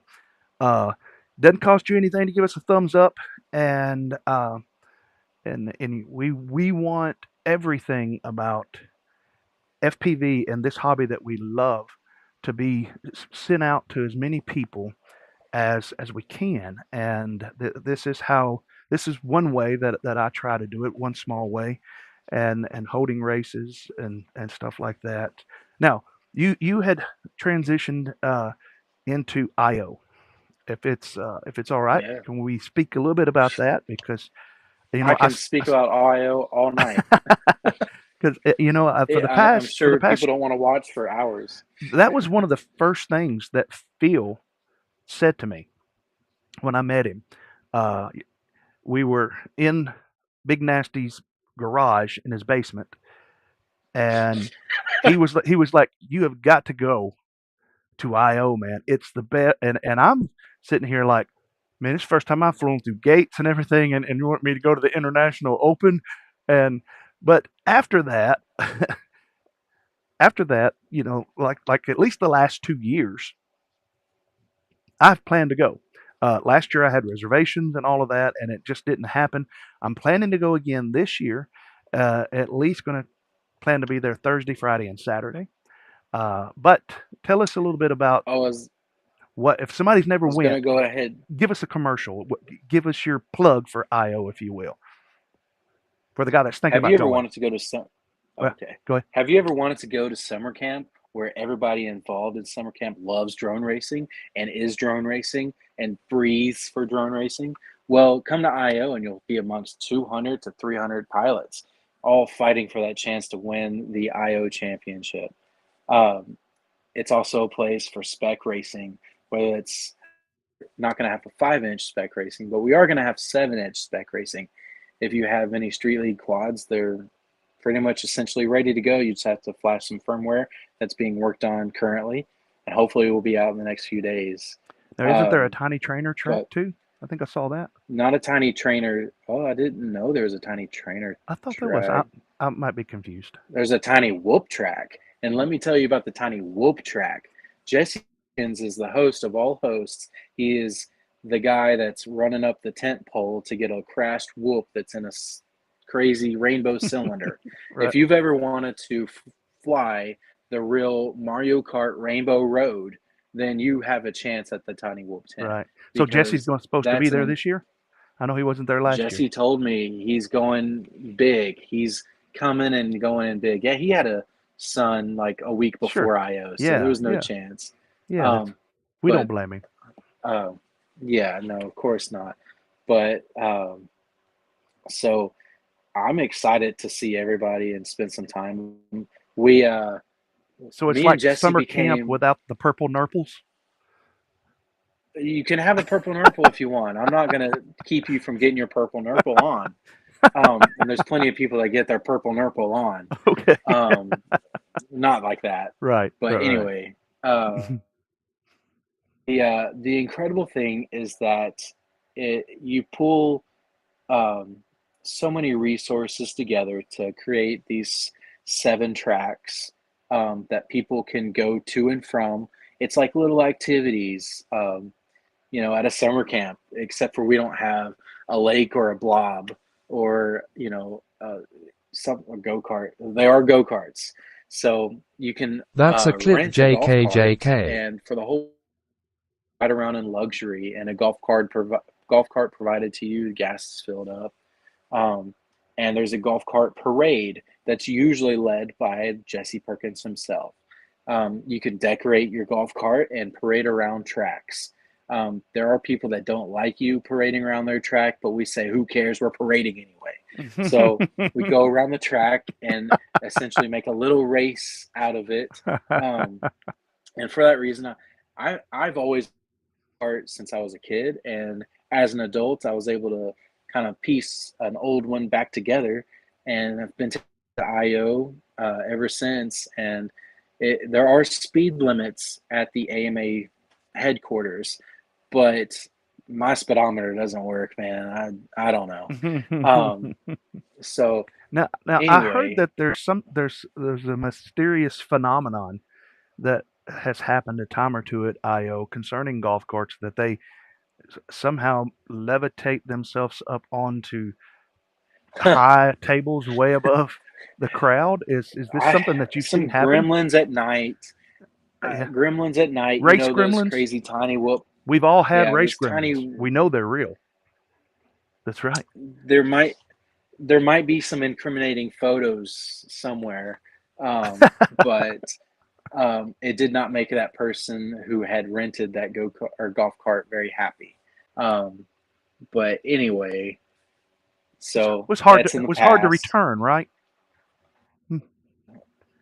Yeah, there were a lot of different issues, but it seemed like a good idea at the time to Yes. Most bad look at ideas it. do. Uh, Or um, most jokes do, right? yeah. Um, Hey, Grail, how are you, brother? so Grau hopefully going to IO, Yeah. um, but it's it's an incredible experience where you connect with people around the world, or close to home. Like you'd never know that somebody was close to you until you go to IO and you're like, oh, bro, you're only like 45 minutes away from me. We should fly together, race together, get better. Um, Mm-hmm. it's it's an amazing.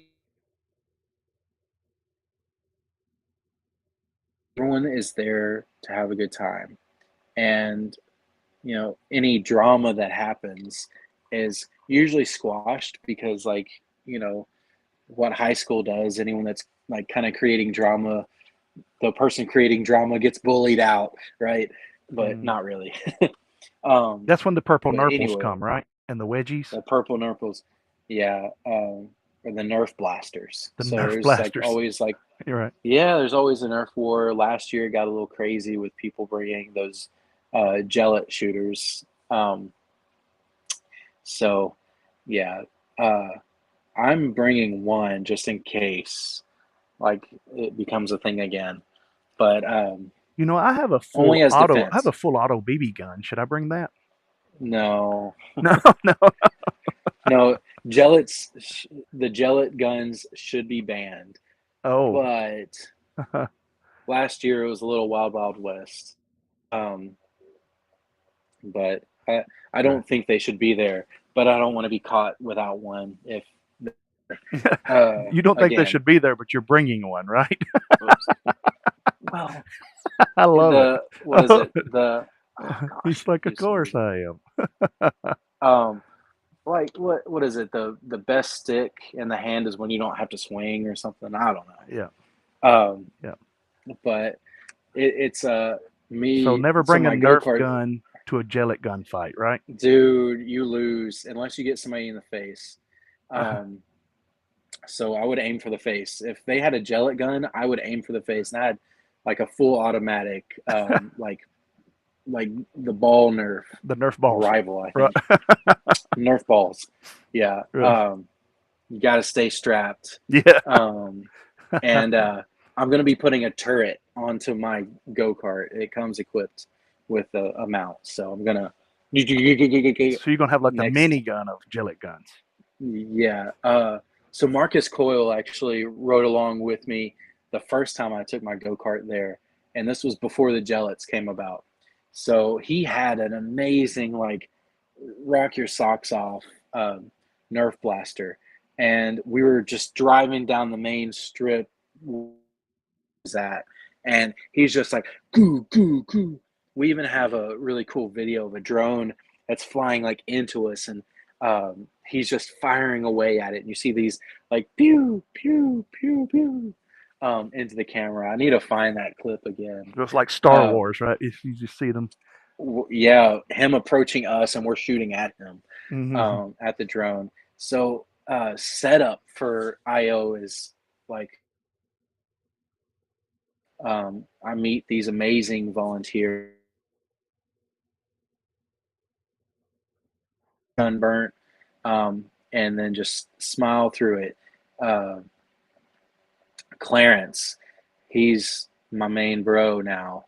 He just kept like a workhorse through it, and then Eric, just he literally like scraped his foot that he needed like stitches for on cleanup day and from rebar, but it's I could not tell you how many people come and make this happen. But it could not happen as well without every one of them. And Yeah. hopefully we'll see people coming back like double A. Um, double A, are you coming like early on to the build? Because that would be great. He's like I need you, Um, man. I need you.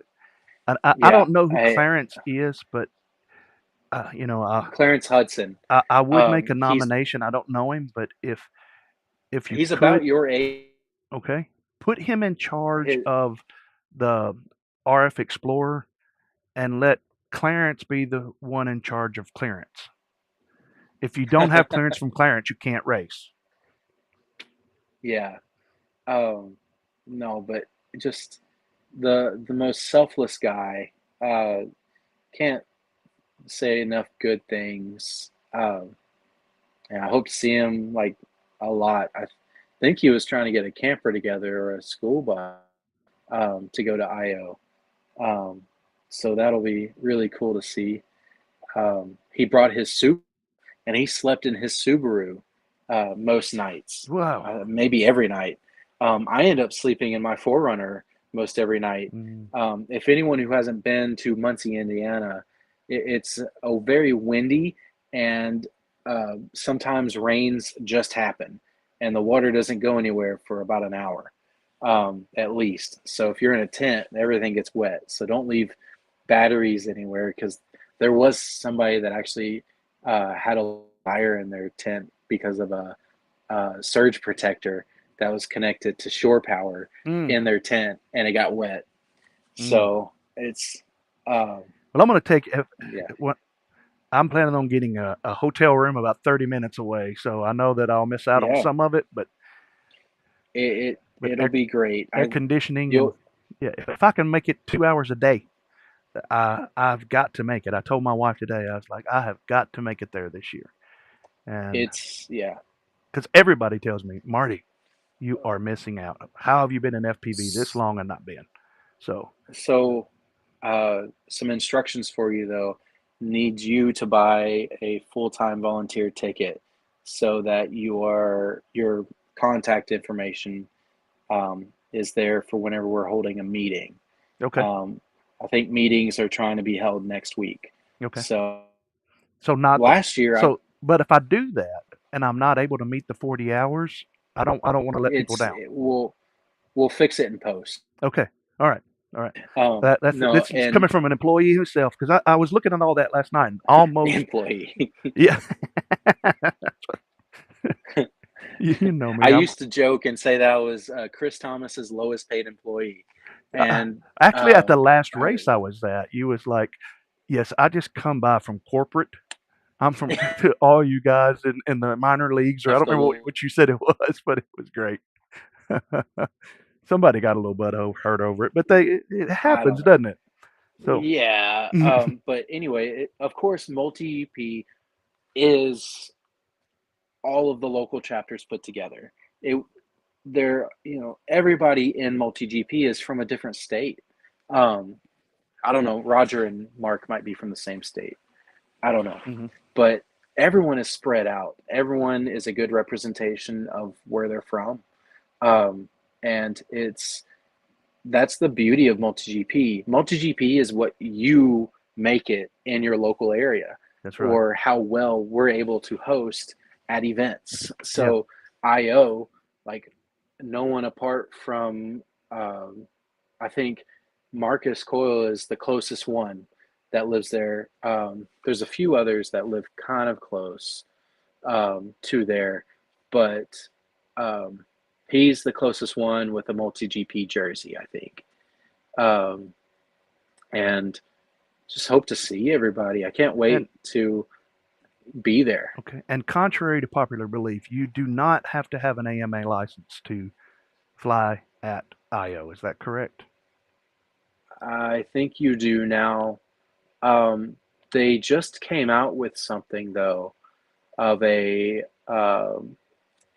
like a practice, and if they just released like the AMA just released something to where you could do something for 60 days, as long as you're registered with somebody that you could fly. I don't know if that's going to be taken into account at IO, um, but it was pretty much like a buddy box, but for AMA registration, Okay. pretty much, where you don't have to pay the money. You can be registered for so long without paying money. I can't remember what. Um, but of course, it's always a good idea to purchase the AMA membership because of the liability insurance. Um, and that's the main reason why you have to have it if you're at an AMA field is insurance. Yeah.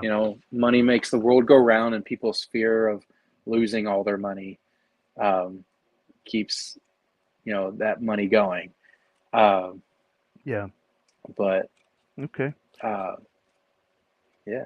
So, But anyway, and that's if you're something you can do considering, easily. You can do that online in 5 minutes. so most pilots do it as they're checking in for the event. So there's still going to be a check-in. I think we've done away with the tech inspection because it's so easy to pinpoint when somebody is not following the 25 milliwatt rule. Um, and of course, with open class, you don't really have limitations on the drone itself. Yeah. Um, Well, and I've and noticed too with my RF Explorer, I can check you in, especially on tiny whoops. I haven't really stretched my legs on anything else. I've done some tiny trainer stuff, just kind of watching at Knoxville. But on a tiny trainer, you can check somebody. I mean, a tiny whoop, you could check somebody, and they have a good hard crash. All that's out the window. You could check them again, and they're yeah, not the same. So, yeah, so you constantly have to whoops be checking are people. right. And that just happens. Somebody never wants to have a VTX that's a little hot, but it happens. Hopefully you brought a backup, and bringing as many drones is key. How many do you need to go IO? All of them that you have, all of them that you can get. Borrow one from a buddy. Don't do that. But anyway, it won't um, it won't come it back. it might not come back. And but anyway, it's really a beautiful thing. IO. It's where, you know, it's just incredible how much people are willing to help other people out in a race. And IO, I don't feel it is competitive, right? But I feel like it's closer to like a humongous training camp than anything. Mm-hmm. Pilots will go in and become so much faster than they were just a week prior. Mm-hmm. They'll go from uh, being kind of the middle of the road to being, oh, that guy has got some skill.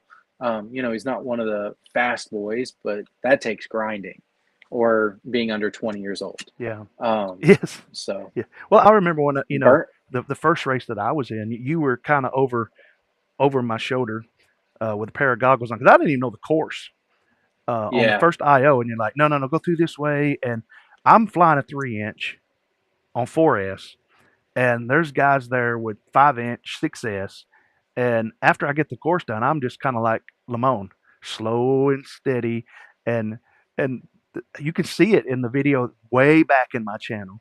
You can see me actually passing this. I'm not going to say the name of the guy because I think he might still be racing, and he was getting frustrated a little bit. The little red quad, and he'd crash out, and I would just finish, and but to have that instruction in Oh. your ear, and then I went to Alex Campbell's house before Champs of 2019, and flew with Evan and Alex and Sean Imes.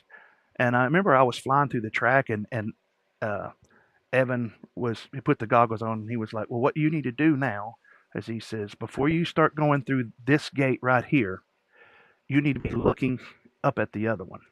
And I never heard anybody say Yeah. that before.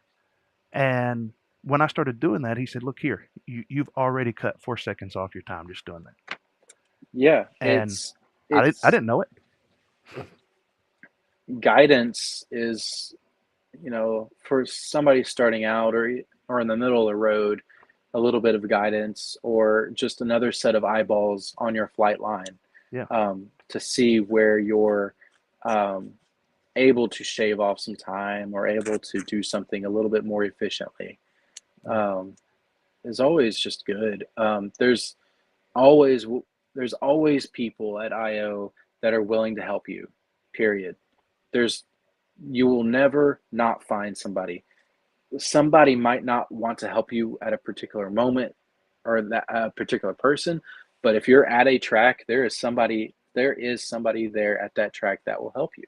Um, and it doesn't matter the skill level of that pilot too. Or if you're trying to troubleshoot a drone that's broken, and you know the drone world wouldn't exist without uh, gosh, Joshua Bardwell. That's how my vocabulary is sinking. I don't even know Bardwell's name. Um, He's winding but down, guys. He's winding up. dude, it's bad. Um, but yeah, so Bardwell even came to IO one time. I always hope that like, you know, names come because like that's always cool to like meet people and see human aspects of a person that you see online or you follow the advice or follow the instructions of. Um, let's see. Oh yeah. Growl said Baxter was my only outside influence coming in a pro class last year. Um, yeah, Yeah. it was it's hilarious. Like he was asking me for advice when he was clearly faster than me. Right. But I'd been doing it for a little longer. And just another set of eyes Mm-hmm. on a race line. He was sending me his DRL or DVR of his VRL uh, racing. So it was fun to be asked about that. Mm-hmm. And I remember specifically like sitting like at the nurse's station, like being a nurse, but like being like coach. Mm-hmm. And like that would be the dream of mine is to one day like run like or be a coach of like a school's drone racing team, wouldn't Yeah. it? Yeah. Like goodness, like Well, see, that's That something that that I'm looking into there with this connection that I'm making with the gymnasium and stuff is getting involved with the STEM here in town. yeah, And it's it's crazy how I think the only drawback is the cost mhm, of the drone stuff, and if you lower the cost, then you kind of lower the quality. You can do like a whole analog setup for like a good analog setup for about $350, I think. You can get a good quality pair of goggles, drone, controller, batteries for like about 350, I think. There are some setups that are pre-made that might use brushed motors that are cheaper, but for a STEM program, you want brushless. You always want brushless regardless. yes, Um, yes. yeah. So, um, all right. Well, I want to thank You got everybody. any other questions? Man, I can ask questions. I can do. I can Hey, talk for days too, man. Uh, speed shoot off some questions for me. what's that? I'll speed shoot off some questions for me, and I'll answer them in like Okay. 5 seconds or whatever. Okay. Or Ghost no, you or Express LRS. ELRS. Even though I've only got one drone that's ELRS, but I never went into the Ghost thing.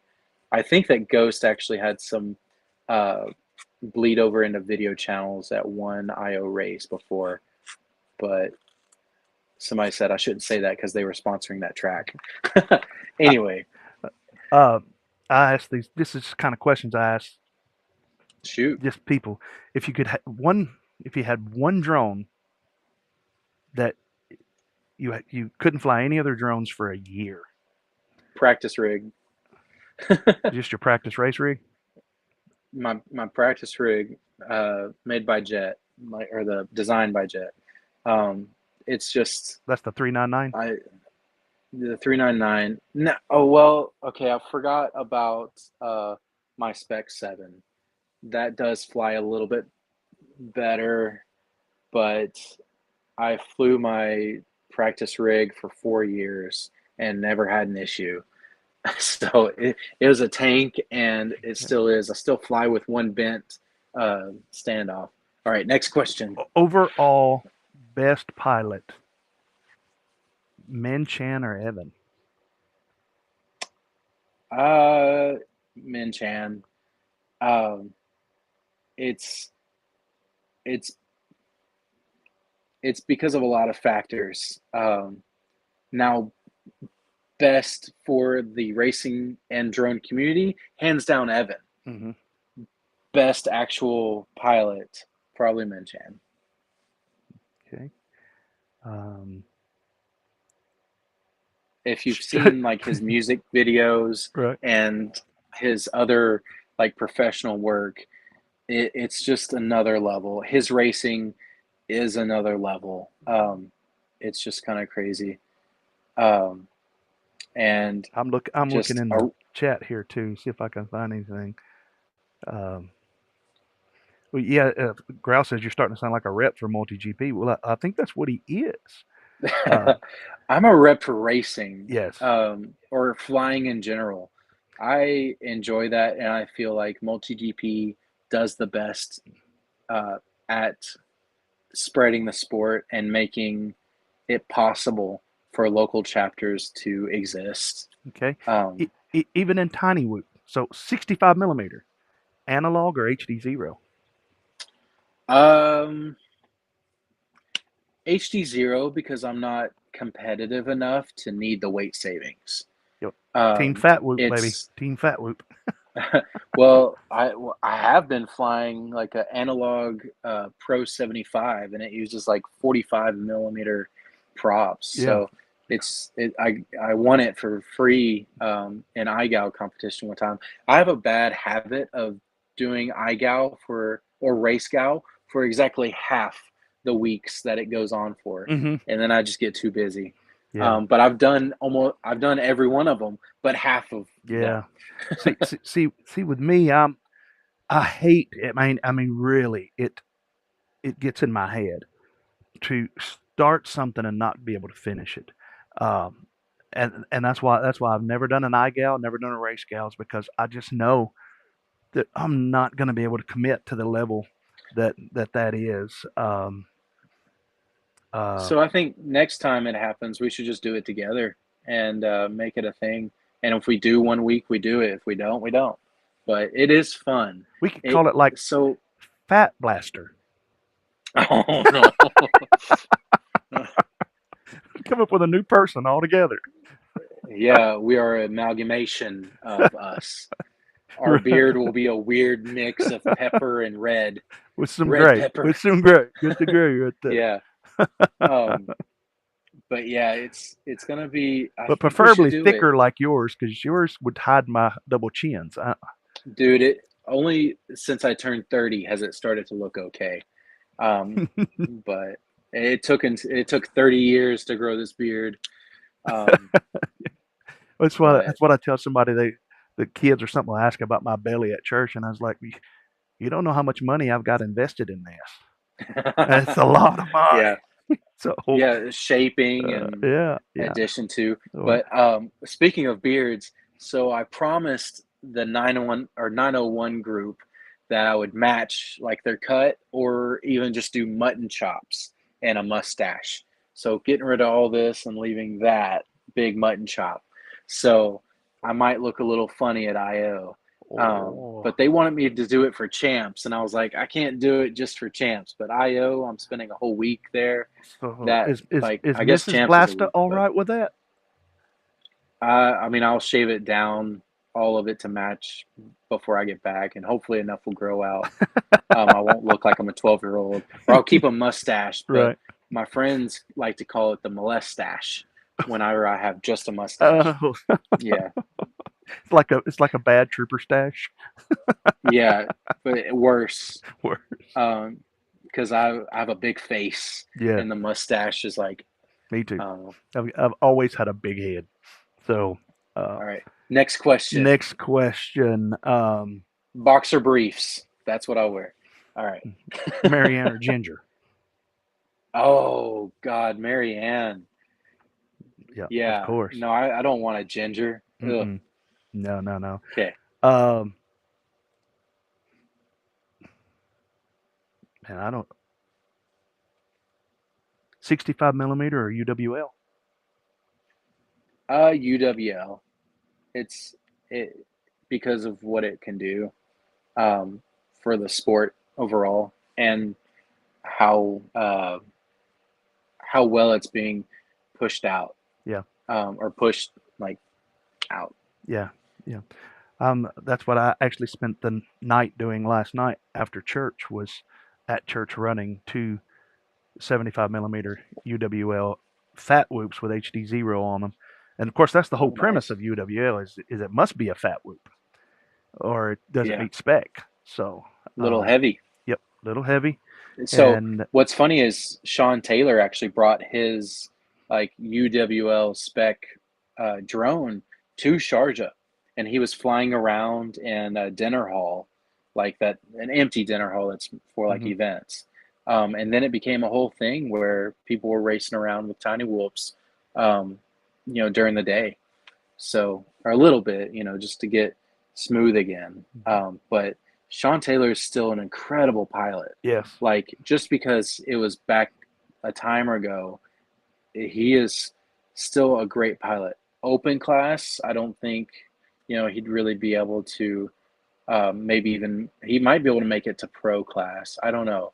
Pro is very hard to get into now. hmm, Um, but for a spec drone, he is able to keep the clean lines.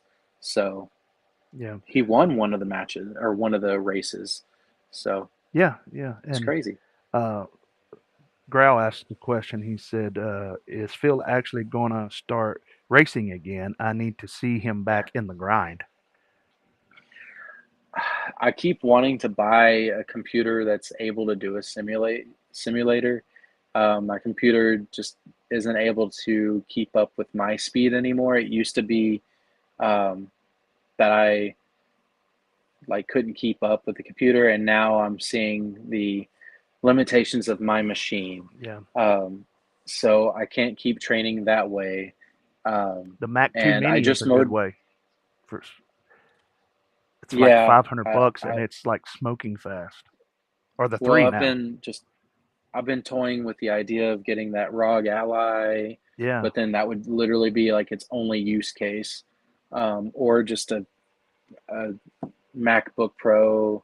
Um, but I don't know. I think I'm gonna have to wait, um, Yeah. until I see this next boy born, and then I can maybe look at how things are going. Yeah. But I think I have enough drones to thrash. Mainly, it's just finding daytime to do it, Mhm. and the energy. But one awesome bit of news that just happened today was my next travel nursing contract is a day shift in Murfreesboro. So, Growl, we might be able to do some like cool things because I'm gonna be that much closer Yeah. to all of y'all.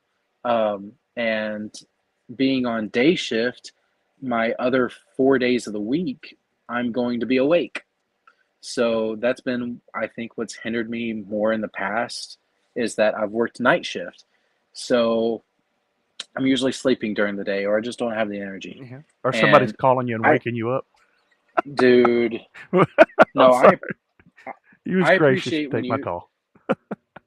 I appreciate, well, the funny thing was I woke up like 2 minutes before your call. But Wow. after your call, I stayed awake Right. because I wasn't able to get back to sleep. Because whenever I wake up, there's always new news that I have to be, Mhm. honed in for. Um, but I think my new diet is helping with sleep and restfulness and energy, and I can't wait for my next work assignment to help out. But it's I have the drones, Mhm. and I'm about to have the time. Yeah. Um, so I don't know if I'm going to be fast for this IO, but I'm going to really put effort in, to be You know, faster. Because even for myself, I want to be faster than I was. yeah. This is my standpoint, and I know that the question was asked to me, but and I can see it somewhat and feel that um, when you start putting together races and stuff, for me, I want to race. I want to have fun. I want to be a part of it, but it's not my main focus. My main focus is putting together the race and seeing the people come together, and at the end of the day, Yeah, saying that it's a good event, and having that priority makes grinding, which there's days that I can grind on this, or nights really, that I can grind on the sim, but usually when it's an event like that or something, at least my focus is somewhere other than me getting to fly. And if I do get to fly, that's a bonus. yeah. I like to build the community. That's my main goal is to build community, um, and it's for everyone to have a good time. I think that's why, like, I literally pour out for IO is because I enjoy building this community. And the meetings are going to be next week, double A. Uh, uh, Make sure you've bought your uh, volunteer ticket so that uh, Mark and Shames and Michelle have your information Is to, is Friday afternoon too late for that? You know, to get the ticket. what do you mean? You know, when should I get the ticket by? You, Because I'm not gonna be able to do it tonight, of course, but I mean, tomorrow sometime. it, it's a free ticket. You just basically put in your contact information. Oh, Um, oh, okay, but yeah, got okay, you don't have to wait till payday. okay. That's why I said we'll figure it out in post because I don't think that you paying for a halftime volunteer ticket would be appropriate. Um, I think that with what you want to do, you need to purchase the full time volunteer ticket, and put that'll give us your information so that those three could contact you to Okay. set up like meeting times, or you're in the right spot. All right. Um, That'll work. and I I'll do that tonight. I was texting. Yeah, just it's just a little form, and it's asking you what you like, I think, or what you want to do. Hmm. Just I saw you it's could pretty even much just put, like the other one. It's just a few things uh, different, you know. yeah, you can even put in there, Phil told me to do this. Okay. And All right. Phil sent um, me. Phil sent me, yeah. Um, but I already texted Mark about, how if you need to leave, you need to leave, or if you can't make it, you can't make it. Right. So, Yeah. and everyone understands, like, and everyone just wants you to enjoy yourself and see and be a part of it, Yeah. and to just understand what it is. Like, you can be told what something is all day, but you don't really understand it until you're there. It's like you tell somebody how to ride a bicycle, but until they get up on two wheels and pedal, Oh yeah. they're never going anywhere. Yep. Um, And then it's good to have so somebody there to tell you when you do fall. Everybody falls. yeah, Everybody messes up. everyone hits a breaking point in tiredness. I've seen it in every. I Okay, so this is some tea, not tea, but just something that is very observed. So at IO, there are people that um, work really hard. Okay, and sometimes those people that work really hard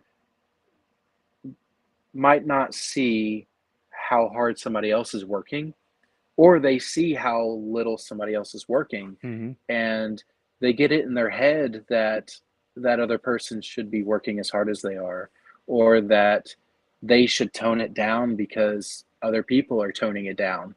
And I think we got to flip that script. We got to say, don't be afraid to tell somebody, hey, I've noticed that you're struggling, like doing something, or you might need help, Hmm. um, like completing a task, or how can I help you complete this task, or Hmm. would you like any input or anything?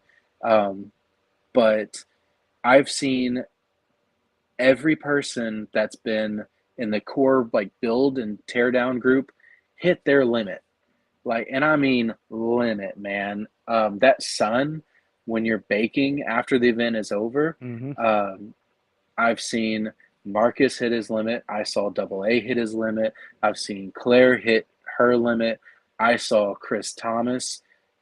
I was surprised he had a limit, but I think it was different things. If anyone doesn't know, Chris Thomas is like an Energizer bunny when he gets onto a task. Like, Hmm. he is willing to, like, he like roll up his sleeves and get down to work. Um, it's I think that enough, like, there's enough sun that gets into your system and not enough water. That's what I mainly think is, like, dehydration is the main cause of somebody hitting a limit, to like seeing if it was all worth it. I think when you come out of IO, if you feel like it was all worth it, then it was a success. There have been a couple years of IO where I flew maybe 10 packs. There was one year where I flew 2 packs, and it's I still felt so fulfilled Hmm. with how much I was able to do and how many people I talked to. Like, it's a social gathering and there's a lot of racing going on. Hmm. And If only there was an uh, RN there that could give IVs. gosh, yeah. Um, well, there is a doctor that could give me an order. I don't know the legality of a doctor telling me to do something in a place that's, I don't know. Um, but it would be hilarious. I'm like, all right, like, uh, me and Quad Doc have talked a little bit about, like, medical stuff, but man, when Quad Doc goes to a race, he is one of the guys. Hmm. There's been a couple instances where he had to put his doctor cap or doctor um, coat on, Hmm. but he is there to enjoy himself and to enjoy people. And I'm right there with them. I don't want to have to do any nursing things because it's my uh, I don't call it a vacation. I don't call it anything other than a volunteerication. That's what I go to at IO.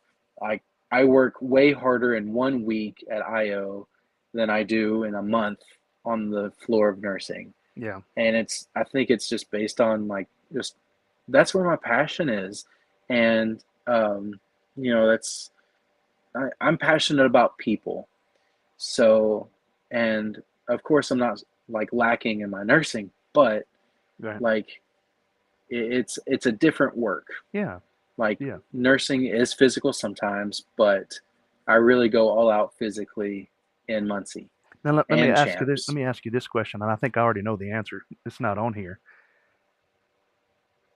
If you could make 3/4 of the money doing drone stuff all the time, would you give Yeah, up I nursing? figure out. Would you give up nursing? Yeah, 100%. If I could make half, Half. I think I would do it. Okay. I yeah, I think if I as long as I was able to, yeah, I would have to figure out a side gig, um, but yeah, I would figure it out. It would. It's been So it'd be like Phil's School of Rock, but drones, right? yeah. Um, Wouldn't it be great? it, Yeah. it's it would be great. I don't think the world is ready for that yet. No. Um, when the world is ready, I will be too. If I build it, they will come, kind of thing. But Mm-hmm. if you remember, that movie was about ghosts, Yeah. not about any new players coming in the field. Right. So Bringing back the it's goats. very Yeah. it's very misleading, the movie, and that line. If you build it, they will come. And so a lot of salespeople or entertainment people like to use that, I guess. Yeah. Um, So let's but don't yeah, resurrect the dead. Let's build something new. Yeah. I like that. yeah. Yeah. Um, Yeah. IO. Bernie says I got a feeling it's coming faster than even we expect. IO is going to be on dude, us in a month. so Now, so me coming what's in at funny is Thursday, it'll kind of be, I might be able to relieve it'll somebody, right? Because I'm sure by it'll Thursday people ought to be getting tired, right? yeah.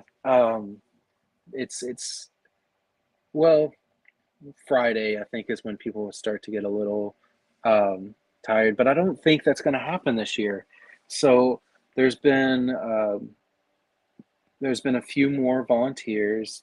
There's been and a better use of volunteers throughout the event.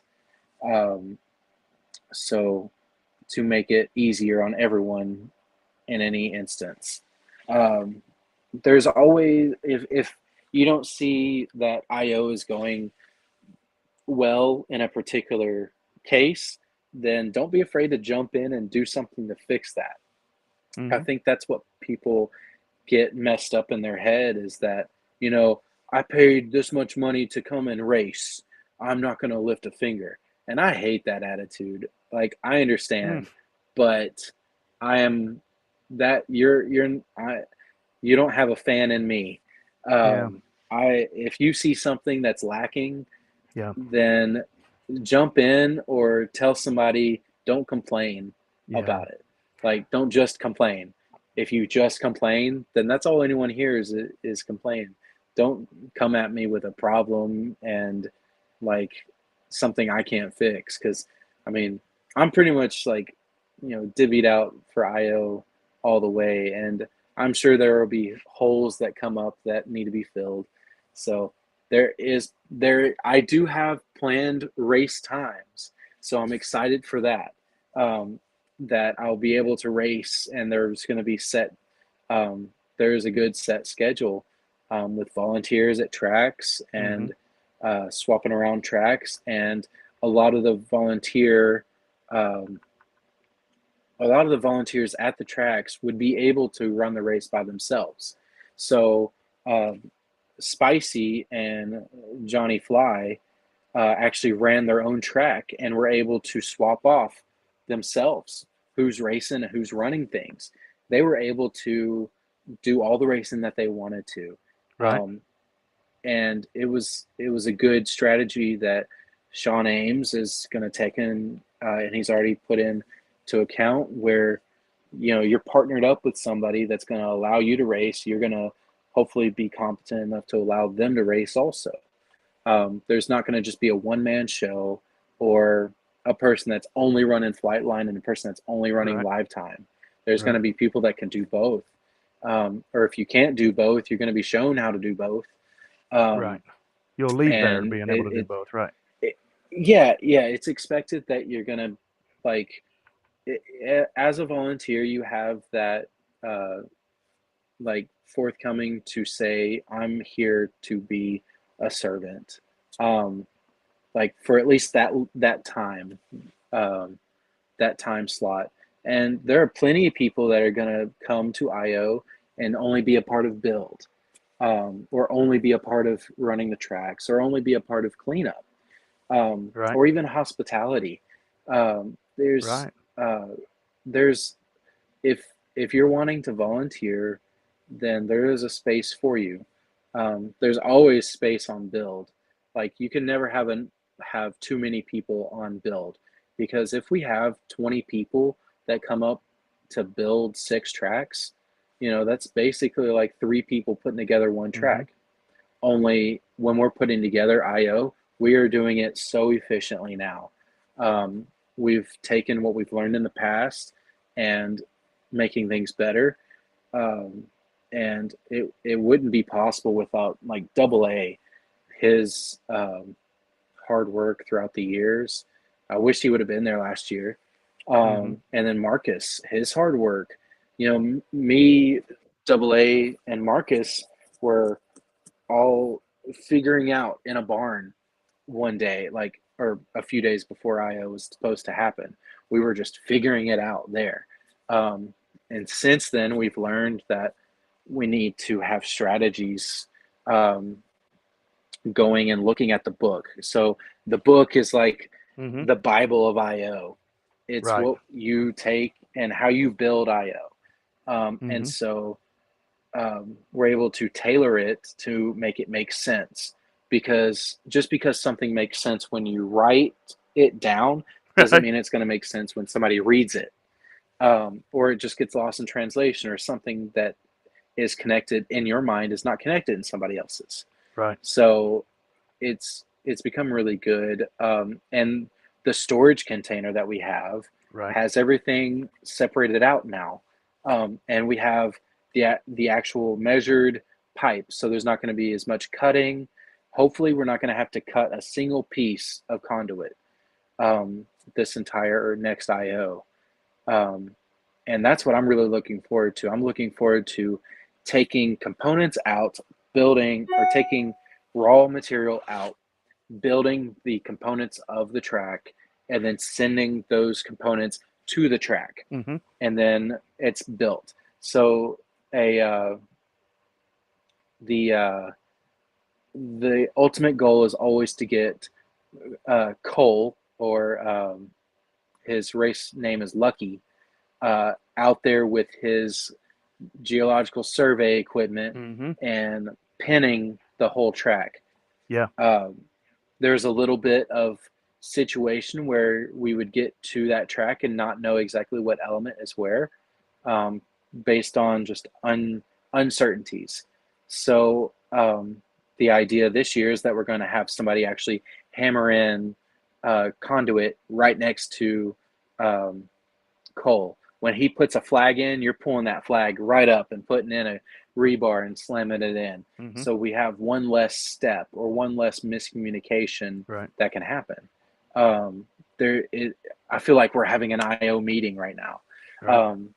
but it's just going to be one big, um, Go ahead. I'm like, just messing with my execution. camera. I'm listening. You're good. So I feel like, we've pretty much learned, I think, most of what we can learn from what we've done in the past. And the only thing that we can improve upon is the execution, um, and the efficiency, because sometimes there's people waiting around. And that's not good if we're trying to get this track get all the tracks going by like 8 a.m. or 10 a.m. on Wednesday. So that was like my pride last year. Last year we had every track up by 10 a.m. on Wednesday, Reaction end. except for freestyle. But the Right. track was at least placed in the right spots for freestyle, but it got blown away in the wind a few days later anyway. So it's like, what are you Right. gonna do? Yeah. But I'm really proud of that, and I can't wait to just do it all over again. Like, I'm gonna be conditioning. I'm going to the gym to actually like get conditioned, like lift some weights, get some walking, and get some driving my go-kart in. I got to condition myself, um, and I'm like not even thinking about flying to get ready for IO. I'm thinking about getting bigger biceps and stronger Right. traps. Right. uh, but it's yeah, I'm just ready and I can't wait. It's a month away and it's too far. Well, let me ask you this. As as you were talking, I don't know if you noticed I was typing. Uh, I put my application in while you while Oh, you were good. talking. And so the first time IO person, what would you first time IO volunteer? What do you recommend Yeah. that they bring that they probably wouldn't think that they're going to need? Sunblock and plenty of water. There's water provided, but sometimes, uh, sometimes the big cans run dry of water, and or sometimes like there's just not a lot. But it's Gatorade. gonna be a hot one. Uh, Maybe G2. It's a little lower in sugar, I use because you want to Gatorade Zero. hydrate. That's good. You want to stay away from the high sugar content because that's like because you're gonna pull um, some fluid away from the wrong spots. Um, and it's you just need to hydrate, and electrolytes are important. But just a dab of salt, you'll be good. Right. But and yeah, So water and like drink a lot. If I'm at the hotel, uh, just drink a lot well, bring before a I lot because I drink. know you'll be sweating and sweating and I'll sweating. be sweating Uh, as I drive up to it. you need to get one of those squeegees and collect that sweat, and there's your electrolytes and hydration right there. You can bottle it and sell it. Say PhatPastor Sweat, the PPS Oh, special if I bottle. A could, little dab man, will do if you. I could, a little dab will do you. Like, You think dabs are good? You should try this dab, right? Once you dab the pastor, you'll never go back, right? oh my God. Uh, that's Or sell No, it for fair home. that's nasty. yeah, And anyone who's scared, a 10-hour drive is possible. A 10-hour drive is possible, and it is worth it. yeah, Usually, Jesse Perkins comes from Denver with a big box truck full of his goodies. yeah, He used to have to bring his bar, the Lady Luck, with him, but last year we actually built Lady Luck, and we have it there all the time now, which is Jesse Perkins's like local like FPV hangout or whoop hangout place. Um, but it's a place you can enjoy sitting down and meeting people. Um, but it's the event to go to. If you were to ever go to a uh, drone event, then and you like racing, now I guess Rampage is going on this weekend. That would be the event if you like freestyle. But to each their own. Like being in the air is just the ultimate escape, yeah. right? It's the ultimate escape. It's the ultimate dream. It's like everything tied into one. You can fly, and you're flying. It's whatever reason you're doing it for. It's like it's like a drug that is not FDA approved, but it's really awesome. Hmm. But Yeah, I'm, but it's like you would never think that something could be so therapeutic as to just fly. Oh, Even if you're not good at it, you're mm-hmm. just being in the air, putting yourself like out of body, Yep. um, and every other worry, every other thought rolls away. And the funny thing is, when you do it with a friend, only positive things happen. You're like, hey man, I'm gonna chase you. Like, where you at? Like, Mm-hmm. I'm gonna go and try to find you, and we're gonna race this course Right. together, or not like, freestyling or Where you? I'm over here exploring. diving in between this tree. See if you can do it. Right. Yeah. Right. So like at first there was freestyle and racing. Now there's freestyle racing cinematic. And there's also like that Long long range. range or Yeah. exploratory, but there's like a whole different category of just discovery.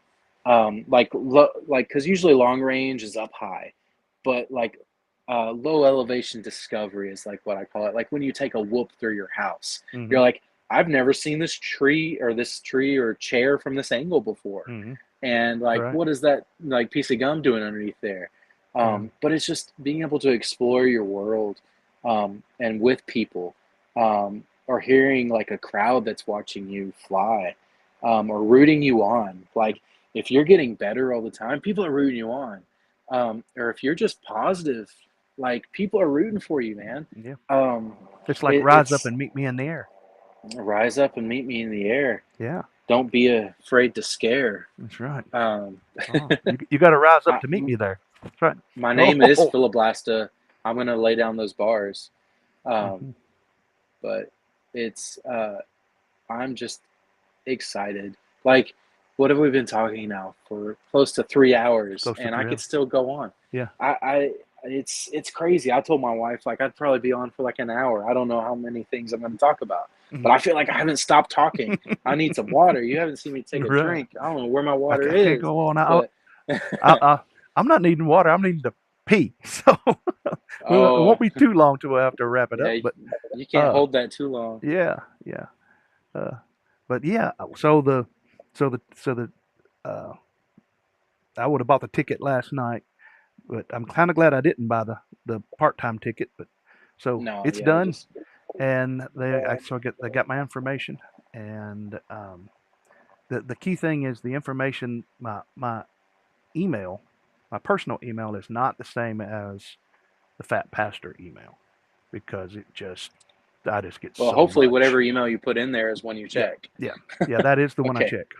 That is the one, good. but it's not the one that's associated with my MultiGP account. So People make mistakes all the time. yeah, yeah. Well, one of them is Gmail and the other one's not. We all know what we all. If you don't have something's wrong with you, if you don't have like a phony Gmail that you use to sign up for something or whatever that's got like a thirty So thousand emails off in it or something. what's funny is I have the same like little username, but I do a different, and I'll just do Yahoo. So I have a Yahoo, but I mean it still all goes to my phone. I have a Yahoo and a Gmail. Hmm. That's both the same like beginning. Right, Oh, right. my headset's dying. My headset's dead. Maybe No, no, we can hear you. I got the boop doo doo doo like Oh, sound. so it's closing down. Yeah, it's Well, closing maybe down. that's a sign because I think mine's starting to make a little noise. Maybe it's a sign that we ought to wrap this thing up, Phil. What do you think? We could do it again. Uh, It ain't let's like we do live it across again. the country. So, Yeah, uh, we should do it like on a couch somewhere next time. yeah, yeah, Something I don't know. yeah, on Um, location or something. Yeah, do it. yeah. Oh yeah, we could do. I don't know if you could get up there on Thursday night to IO, even on location. Oh, But anyway, I plan on leaving very early Thursday, oh, it's or for maybe you. It'd be like a 4.5 hour drive. yeah. I So, think it's five something for ooh, to Muncie. Well, because I'm going further north to get the hotel room than gotcha. I Yeah, forget the name of the city, Martin or something. I don't remember what the name of it was. everyone forgets the name of that city. Yeah, It's funny, it's forgettable, but right? It's better. no, no, it's not forgettable. It's just yeah. But anyway, All right, it's brother. been great. Thanks for having me, Yes, and I'm happy to talk about Sharjah and IO and MultiGP as a whole, and hopefully everyone that's been here for this long hasn't been bored out of their mind or wants me to Well, shut we've up. I don't maintained know. about the same viewership. It's peaked up and it's come back. I mean, it's been staying about the same according Yeah, to my analytics. So pretty good. So Phil, I yeah. appreciate it, brother. I'm gonna give you the full screen, give you the last word to say to people. Well, thanks for coming out to this like spill the beans about Sharjah and learning about IO and what you can experience at IO. It's truly an amazing time uh, to come together as a hobby and just experience everything that a community that's pushing for the same thing can experience. Um, so hope to see you, there. And was it Rise Up and Meet Me in the Air? Is that what it is? That's what it is. All right, I've got it down. Rise Up and Meet Me in the Air, or just north of here in Muncie, Indiana. That's right. Take care, brother. Thank You you. too. See you, Marty. All right. Great guy that Phil is. So thank everybody for showing up. I'm not going to belabor this thing. Phil did it great for me, but just remember, wherever you're at, whatever you're doing, keep flying and rise up and meet me in the air.